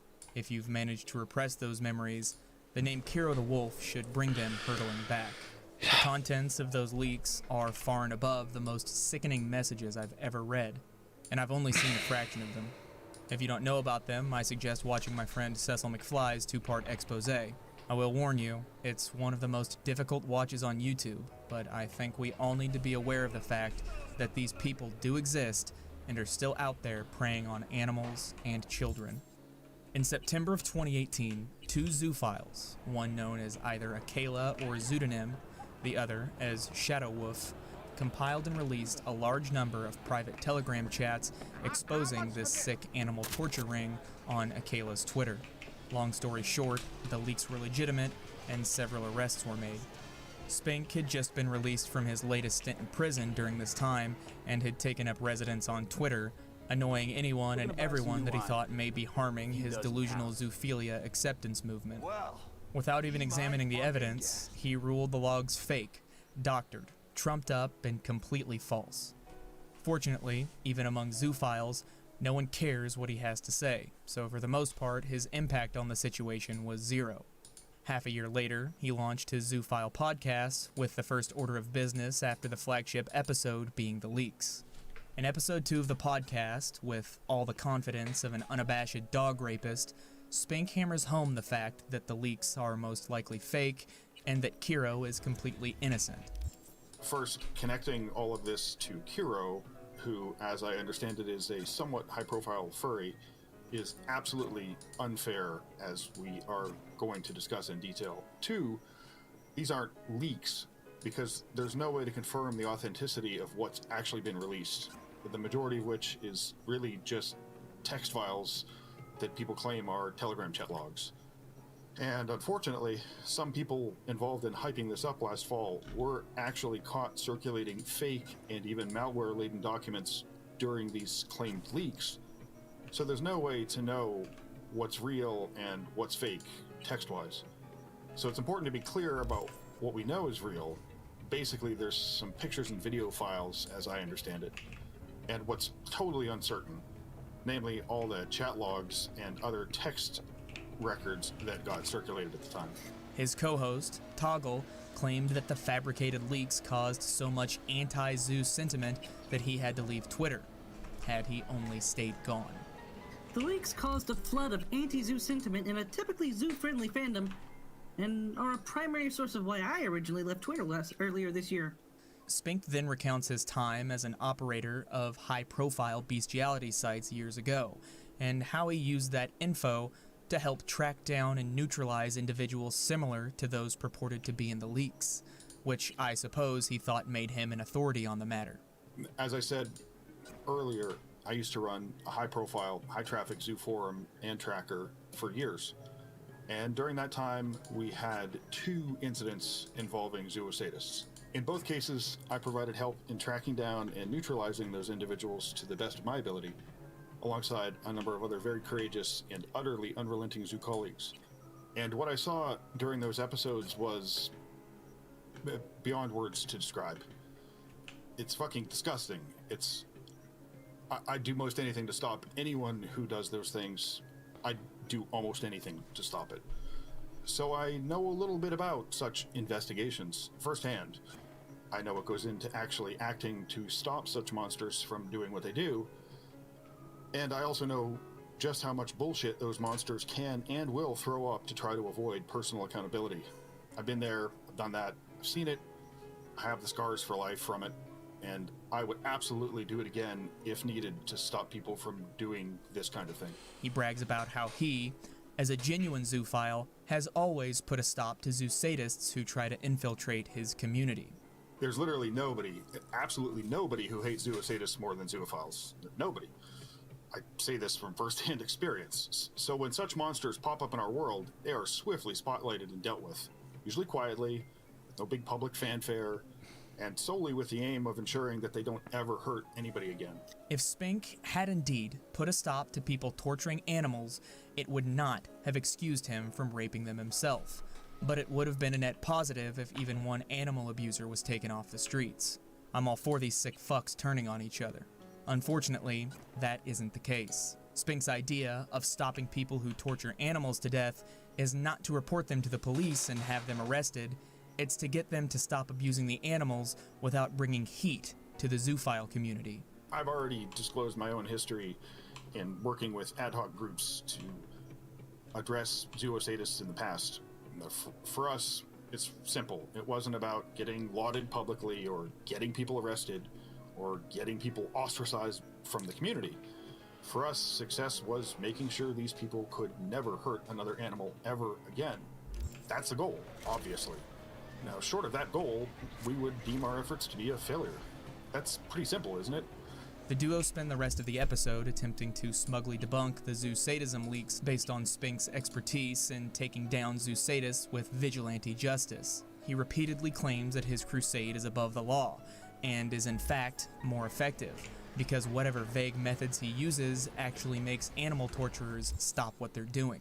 Specifically, he gloats about his success in taking down 2 zoo sadists in the past, a one Randy Pepe and Rainsters, the latter of which was widely known in the early zoophile community for producing, quote, normal bestiality, as in just rape.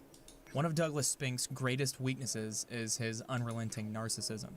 He always has to make every situation about himself and his accomplices, and it's his braggadocious, attention-seeking nature that always tends to expose his crimes.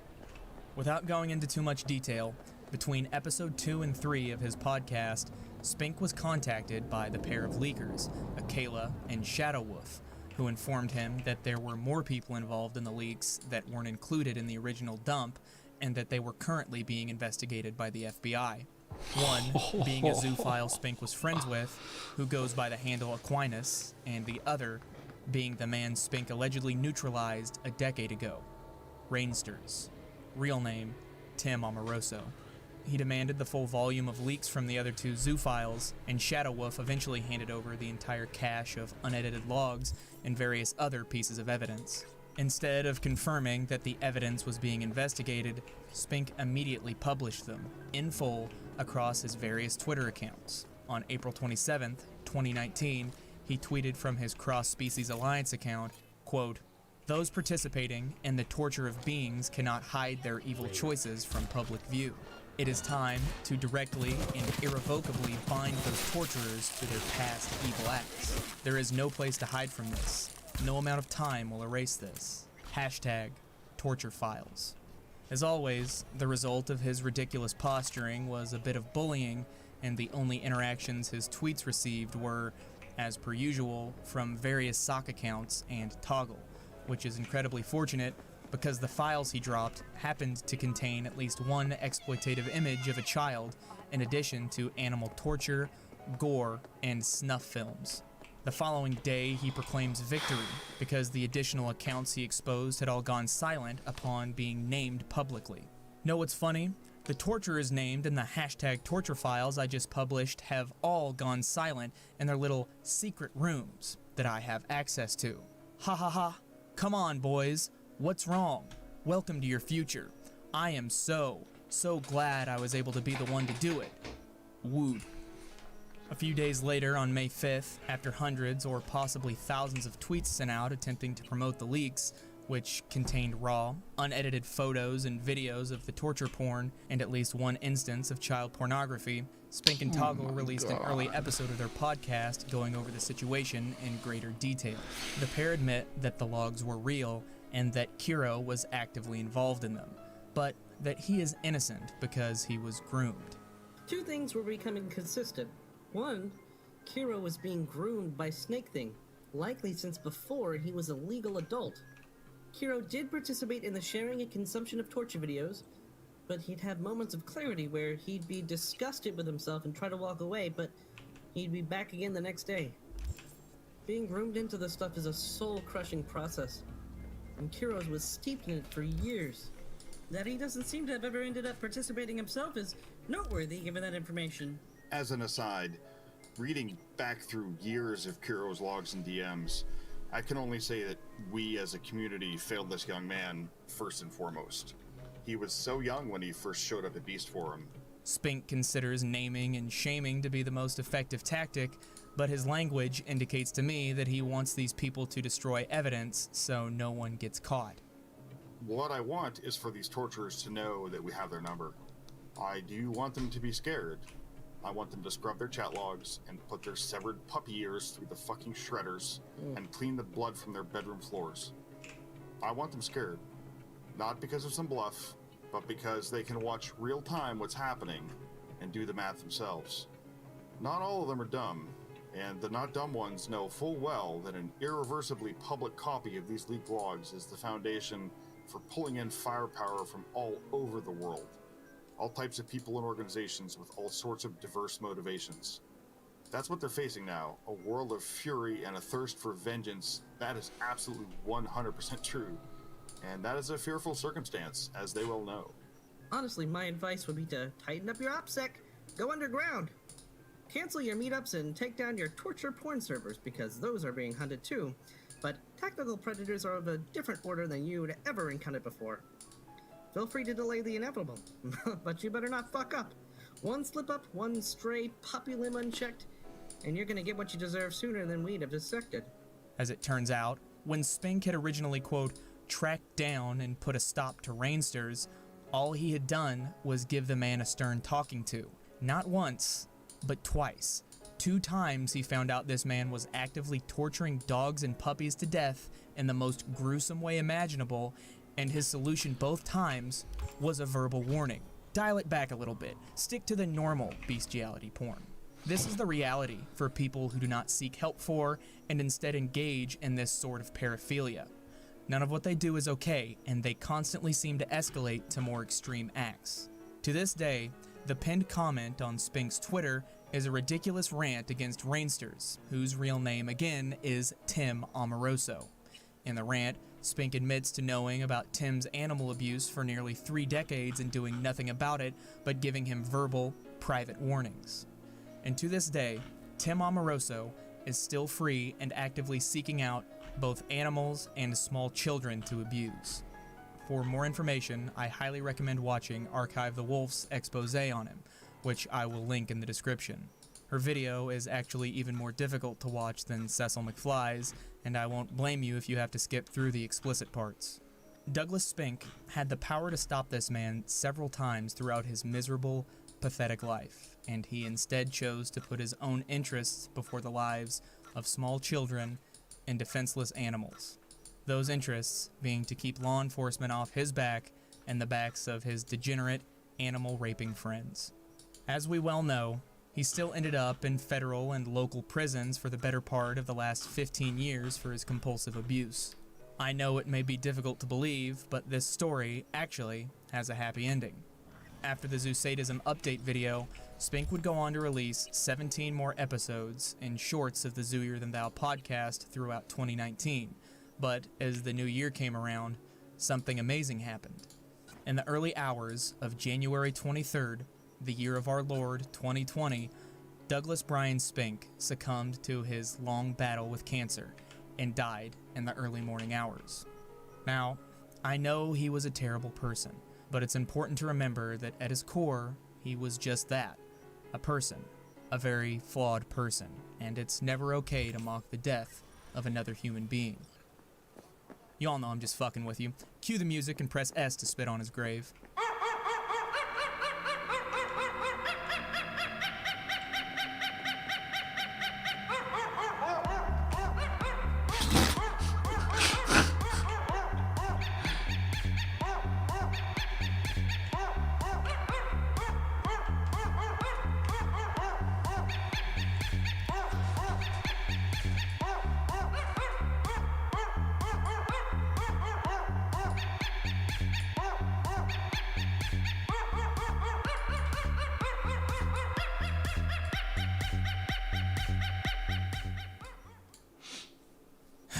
Alright, I want to believe that Spink is dead just as much as anyone, but there is a very real chance that he is still alive, and I'm going to lay out my reasons why in the next video focusing on the podcast. But for right now, let's just say that things don't really add up. Jesus. To date, there is no obituary, and no one has managed to find a death certificate for Spink. Aside from his obvious motivations for faking his own death, the cocaine kingpin he snitched on to get out of jail when he was busted in 2005 should be getting out any time now. His probation with Butler County would have also conveniently expired less than a month prior to his death. On the day he allegedly died, he liked a photo that was posted at 7:58 in the evening, at least 8 hours past the time of his death. His Cross Species Alliance account was still liking tweets into February, and his various other accounts have had activity past the date of his death as well. The man was paranoid to the point where he didn't even trust his closest friends, and he had an obsession with encryption, so it's unlikely any friends or family members took over the account. And even if they did have access to them, why were they liking a random photo of a horse just hours after his death on his own account? I make no guarantee, but I will try to find a definitive answer to this question for episode 3 of the Zoo Files, and if I don't get around to it, I'll just post what I find on Twitter or YouTube. Everyone keep your fingers crossed that he's rotting in hell, but I'm not gonna hold my breath. In the meantime, if you have any info that you think will be relevant to these people, you can message me on Twitter or via email, but if it's evidence of a crime, don't bother. Just send it to the police so I don't have to do it myself. And most importantly, be sure to donate money or even a manual typewriter to me for your only hope for a future.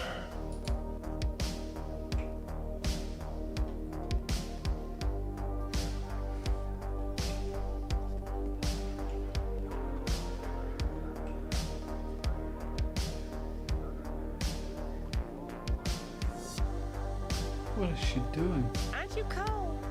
I can warm you up. What the fuck is she doing?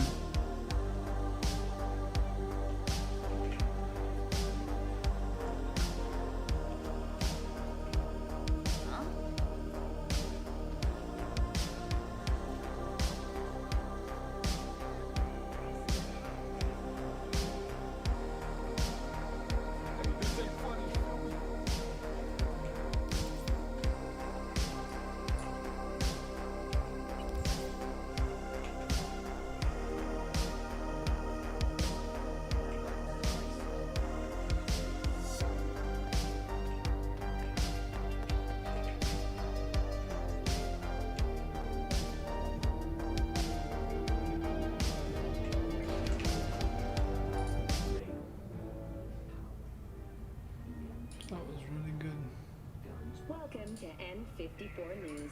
I'm Jillian Jordan. We begin now with your latest local news. The 54th anniversary of the AHQ disaster is fast approaching. In 2023, who celebrates Kwanzaa apparently, but is simultaneously responsible for the jailing of more African Americans than most anyone else in the country. Except for maybe Joe Biden. Except for maybe good job on her for doing that. God, these people are terrible. I don't know how she gets away with it. Like, if they're talking about there's race privilege, she must have it because she was on talking about Kwanzaa. And I was watching Matt Christensen, and or is it Christensen? I always mess up his last name in my head. But I was watching him and Blonde's show, and they were talking about it. and they looked up when Kwanzaa was, and Kwanzaa's created like 2 years after she was born, and she's talking about she was like growing up celebrating it. Yeah, it's that whole thing is ridiculous. Like, Kwanzaa in general is great because it was clearly just kind of created as a reaction thing, but then it didn't get popular for a while after it was created. It became a thing. I remember when Kwanzaa became like a thing in the public media. I think I was in high school or something, so it would have been the late 90s. But yeah, Kamala Harris, her growing up celebrating Kwanzaa is a little bit sus to me. Yeah, I at that point, you know what? I should start saying I celebrate Kwanzaa too. I do. I had a black friend come over the day after Christmas, so clearly we were celebrating Kwanzaa the entire time. Is that what day it's on? It's after Christmas? I think it's the 26th is when it starts. I feel like that's doomed smoking from though? the start. Like, you have an opportunity to create a holiday. You get to pick the day, and you pick the day after Christmas? Like, after all the fun's done? What? Some deeds about her Pick could like be useful May or when something. I talk to her. Like, it's Don't you nice, it's think? warm, there's not a lot of holidays around. Don't even talking to me. You certainly don't have Christmas. You No have to pick a good- competition. Exactly. They're competing with Christmas, because, like, black people celebrate Christmas. How So, do you Oh, get her not over to anymore. our Not side? real ones. By telling the truth. why not? Because of Kwanzaa? About everything. Yeah, exactly. What happened and why. They hold off for one day that'll and cut they're like, it? nope, we're on Kwanzaa time. No. Man. Have to improvise from there. There's another super chat from Razgriz Reborn, and it's not. Oh wait, no, wait. Never mind. Yeah, It's not. It's not. Is it? Ask Nick Yeah. about legal. Yeah. About the defense of Captain Marvel. Did he defend? What's this about? I'm ready. Let's go. Are you familiar with the deleted live stream or the deleted scene of Captain Marvel where like she gets Hold to on. Earth or I'll whatever, and the biker comes up to her, and he like grabs her map. She's looking at a map, and he kind of grabs the map and pulls it down, has some sort of pickup line to her, and she grabs his wrist and breaks it, and then like she that? steals his jacket and No his way you motorcycle. cracked it open on your first try. Right, and like drives off. You know how to get It was a around their deleted systems? scene because it was really Appears pretty so. unpopular. Was hoping they hadn't Because run it's any a updates big since I time left. overreaction. Looks And like I was right. Legal Eagle did Easy as a pie. video defending that as if that was a justifiable use of force. Follow me. That she would break his arm and then steal his clothing and his motorcycle. He's like, yeah, this is legally justified. It's like, no, stop. Stop. Judy Alvarez. Stop it now. What is he, like the feminist lawyer? I've never been one to Liberal lie. feminist lawyer? Also, Yeah, I never liked the Soiler, right? Yeah. Yep. Bet I even know why. Look at all these terms we're making this stream. Guess you managed to stoop even lower now. Axios Consorting with a 999 persona super chat. who's Happy New very Year, Nick. non-grata. Congrats on the 100K. Thanks for the Yes, V. pin on I the know. WOTC vid. Venti, take the butt blast. Fight Guess the I left court, the not the lasting cop. impression. Bankrupt the Good. city and department Paid you on one civil visit, suit. and Oh, you remember me. afterwards. My Is that job, good advice? among other things, is to remember unsavory I never customers.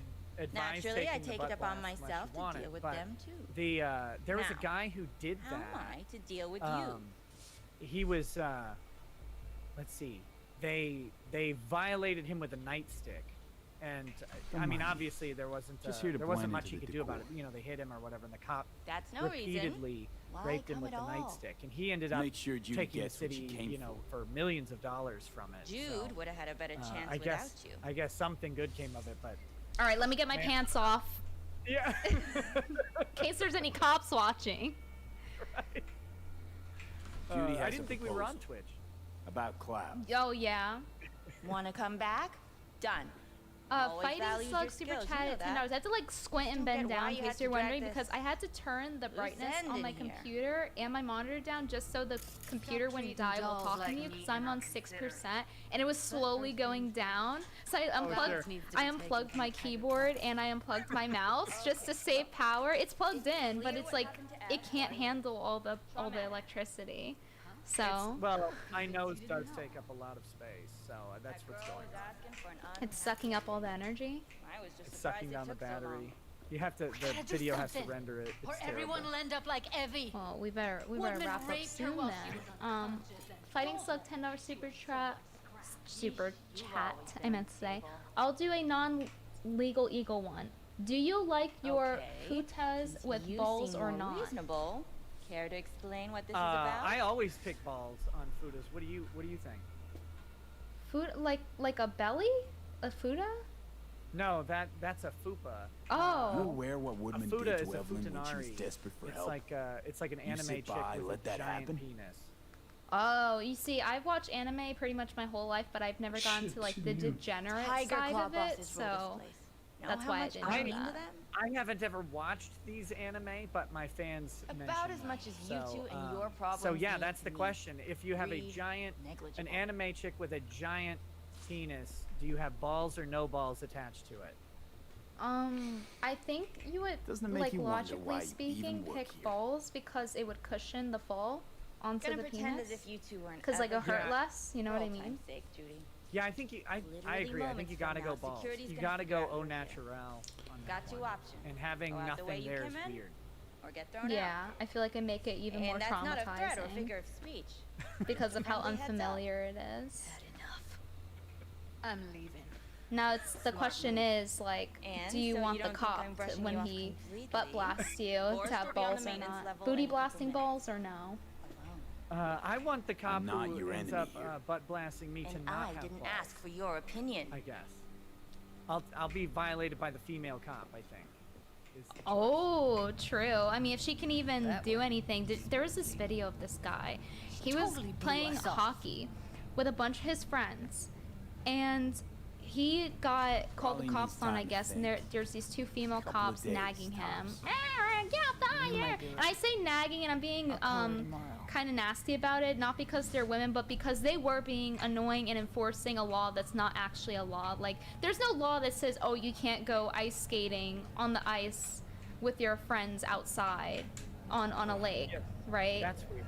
Yeah, so they're like, yeah, so they're like, it's COVID, you can't be out here on the ice because if we'll yell at you and nag you to death. And then so they tried to arrest him, and they couldn't get him on the floor. And just for context, like this isn't like a BLM thing. These are all like white dudes from what it looks like, and they're just trying to play hockey on the ice. You know, they didn't do anything. Oh, yeah, they're playing hockey. We know that's white. So was guys. I. Okay.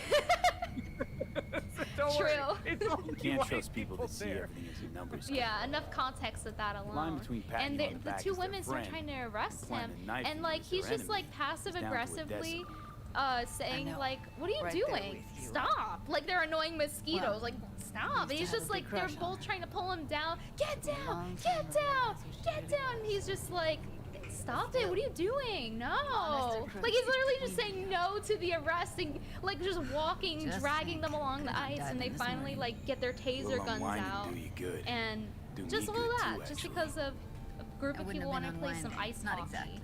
outside. Got an idea buzzing in my head. That's just Working it, ridiculous. but can't say if it'll amount That's to the type of anything. stuff that I hate. That's where Yeah, the you, law a needs deck to chair and a Mai Tai with a to cocktail stop. umbrella. It's that when Somehow you I have don't see any it. sort of excuse, No. Me and the the way deck I chairs, put this me is mulling every over law coulda, ends shoulda, with a wouldas. bullet.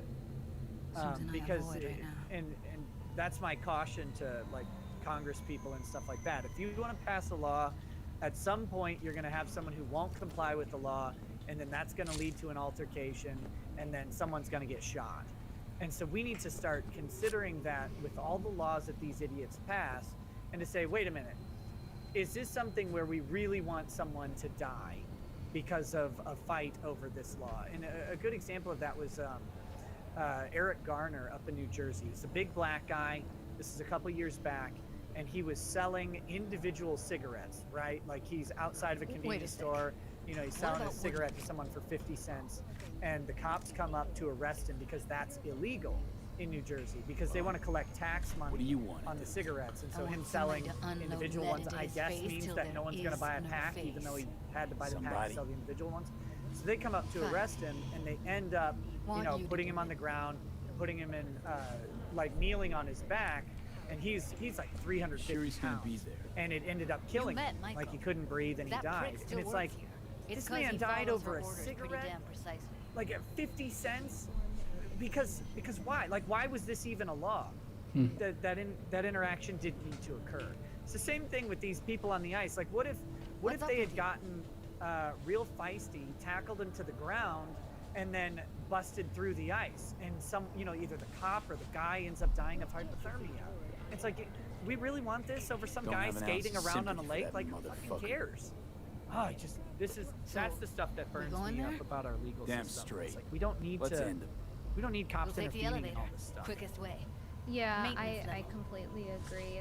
It's such a waste of money and time and stress for everybody when there's so many, you know, like how long ago were cities burning down and like could have been used there, but no, let's get people for selling individual cigarettes and ice skating or whatever. It's kind of ridiculous. What do you think needs to happen? Just like a bunch of laws change, or do you think it's more of like the extreme route where it's like we need a reset type of thing?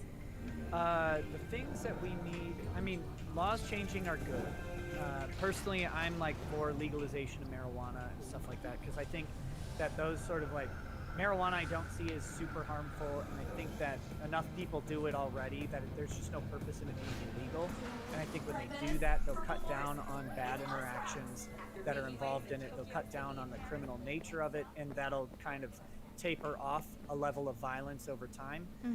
So I think we need to reduce the interactions cops have with people in general on a lot of different things. Evelyn's dead. So I think it's just things to tell me like that. the legalization of marijuana. Kind of you to remember. It's things like you know, reducing interactions at traffic stops over things like when Evelyn busted needed help, taillights or something. You and the reason they pull you over for a busted taillight is because people with busted taillights often have marijuana in the car. Is that why? Yeah, cops are on the lookout for drugs. Well, wait, what's the correlation there? Why would someone who has weed have a busted taillight? I don't know that there's a logical correlation, but there is a correlation that cops use. And what they'll say in court is, you know, after they search the car and they find weed, is they'll say, based on my training and experience, I know that a car with a non-functional tail or headlight is more likely than a car with functional tail and headlights is more likely to have an illegal substance inside it, or a gun or whatever. And so these types of things all come from like drug laws and these minor crimes, and they lead to interactions that end up with either a cop or a person getting shot. So I think that needs to happen. And the other thing, the other change that needs to be made are changes like, are you familiar with what was going on in Orange County with the sheriff during the lockdown stuff? No. Punch the ground okay, floor. so like the governor closed down all these stores and stuff like that, and you know, had the mask mandates and the curfews and stuff like that. The Orange County Sheriff's Office said, we've assessed this. This is not appropriate for our county. You know, if they want to do this in LA, that's fine. But the Sheriff's Office of Orange County is just not going to enforce these regulations. Wow, so yeah, we need and sheriffs are like the last line of defense that we have against the government, because they're kind of part of the government, but they're also independent of most of the government arms, because they're at your county level. So they're not your city police, they're not your state troopers, they're a county branch, they're really local. You have direct control over your sheriff and who they are, and then those sheriffs have a lot of power to enforce or not enforce law. And so we need more actions like that from reasonable cops, reasonable sheriffs who say, you know what, just because this rule exists doesn't mean I need to go bust someone's door down. That's pretty cool. I didn't know that. So with that said, maybe that can change the perspective of a lot of people. Maybe instead of citizens being so hostile to cops, maybe it would be smarter if they would work with the sheriffs, so to speak, because they're like the top power, and that could cause more change rather than like acting out, chimping out. Well, the problem is you've got city cops who, you know, the sheriffs are at the county level, and the sheriff department has their own law enforcement branch. But then when you get into like New York City, you've got NYPD, and the sheriffs have no say over them. You know, they're separate. They're separate sort of entities. But you know, the NYPD, they don't have to call it quits. In the same way that sheriffs don't have to enforce the law, an officer doesn't have to enforce either. And there are reasonable ways to step back. And we used to do this more with sort of interactive, they call it community policing now. And it gets kind of a soy rap to it because of the stuff going on with the riots and the defund the police. But there really is a strong element to officers going into communities and actually having relationships with the communities rather than seeing them as people to be, policed. They see them as a place where they are, where sometimes they need to intervene. And a good illustration of this in popular fiction was the show The Wire. And I think it was like season 5, but one of the cops goes in and, he really starts getting actively engaged in the community and building relationships walking his beat. And that was, that's the kind of policing I think where we could get back to that sort of stuff. Thank you, and get to the place where when a cop shows up, scared to my core. in certain neighborhoods, I thought he'd paint everybody some doesn't mean run things on away. me. And The if someone gets humiliation. hurt, someone's willing to talk Since to the we've been cop. through so But much that's together, gone. Like I guess that makes and us that's gone best because of how the friends. cops have been over the past That calls 20 for a years. discount. They've been complete Thanks, assholes.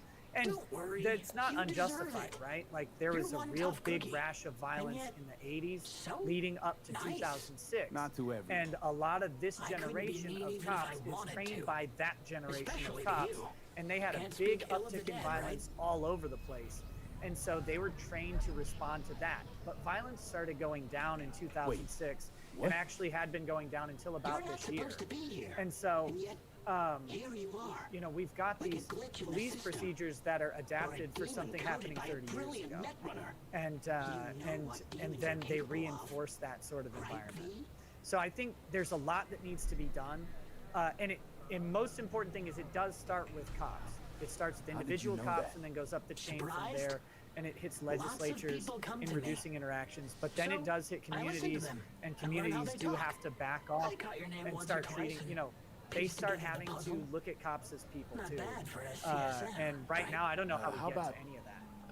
Yeah, We'll talk it later. reminds me, I All was right? watching Catch you later. Crossfire last night, Lauren Southern's documentary, and it was very good. And it was basically explaining all that, and that now there's actually a apparent problem with not enough people going to jail, and they're purposely writing down, ranking down whatever somebody does just to lower the statistics of a city's crime, so that it looks better, even though there actually is a lot more crime happening than what's on paper, and a lot worse.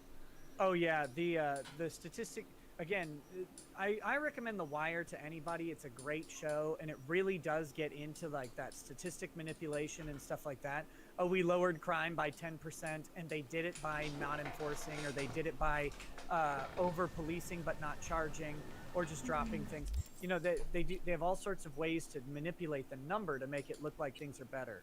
But right now, I just saw a chart on murders in America, and they're way up. Like Chicago is at something like 748 murders this year, and that's up 35%, I think, from last year.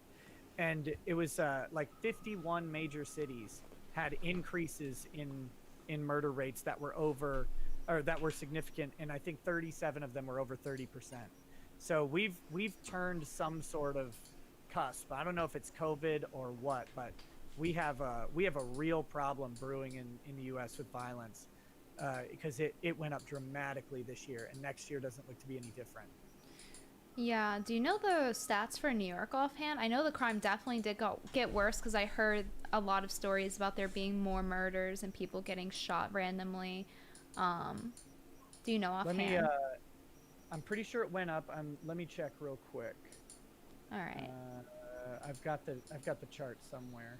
Justin Lofton super chatted $5. 3 female cops couldn't stop one naked guy. That is another question about the effectiveness of female police in physical situations. Yeah, I think maybe at 4, maybe 4 female cops could do it. That would be good. Yeah. Okay, so I got the numbers for New York. Last year there were 314 murders. This year 437. Wow. So a very big increase, 39%. Whew. Yeah, and then there was that one video of the guy attempting to booty blast a girl at a train station, and it was a nice one in a good area, and everyone just sat around recording and did nothing while she was getting violated. So apparently people feel free to do this type of stuff now. Yeah, Well, I guess the worry from cops is that if they enforce anything, there'll be a riot the next day. Like we just had a guy get shot in Minneapolis by the police again, and there was a riot, again. I don't know how bad it got because I'm like 2 hours away, so I don't have to deal with it. But it's nasty out there. But it's nasty everywhere. It's not just cops. It's left and right. There's sort of a brewing specter of violence. Yeah, I think it overall is affecting everywhere, except maybe like the few states where it's like Idaho, where it's so far spaced out, where it's 20 minutes to get into town. There's nobody around anyway. Yeah, it's like the cops aren't going to come. They're 40 minutes away. Defend yourself. Turd donated $8.88. Thank you, Turd. Garner case was NYPD. Officer Daniel Pantaleo did nothing wrong. Friend worked with him at the precinct, was officially fired by de Blasio during the primaries for good boy points. To this day, he and his family have police protection due to death threats. Yeah, and that's the thing is, it's not about whether that cop did anything wrong. It's about that interaction shouldn't have happened because that law shouldn't exist, right? And just as bad as the guy who dies are these cops who are forced to deal with the consequences in the aftermath. I mean, you look at the Michael Brown shooting. That guy Darren Wilson, I think is his name, who shot Michael Brown. He was fully justified in shooting Michael Brown. There's nothing wrong with what he did. Michael Brown was violent, attacking him and stuff like that. And but we've gotten to this point where these interactions, and there's some questions over how much of that interaction was started because he thought Michael Brown was a robbery suspect, which kind of came out later that might have been the case, but it might have just been because he was jaywalking. And I think if you asked Darren Wilson if he would have rather just let them jaywalk that day, he'd probably say, yeah. Like, I rather would have not shot someone and had my life ruined for it, even though he's fully justified in doing so. And I bet the guy who killed Eric Garner, I don't think that guy wanted to kill anybody. Hell, I don't think Derek Chauvin really wanted to kill George Floyd. But like, we're at this place where these sort of interactions are escalating, and I think that reducing the type of interactions that are petty reduces the chance for violence in general, and I think that's just overall a good thing. And it's for both parties. I'm citing cases where cops have killed people, but there's numerous cases, and I think more cases where people have ended up killing the cop in the encounter. And I don't want any cops to go home in a body bag. I don't want anybody to go home from that interaction in a body bag. So I'm just talking about ways they can reduce violence overall, because I don't give a shit if someone sells cigarettes on the side of the road. Sell them all day. Pro-capitalism. Yeah, thank you so much for opening up my eyes to this and giving that perspective. It's actually one I haven't heard before, to lower the interaction between people and cops over petty stuff and how that would overall lower everything. I think that's a really smart take.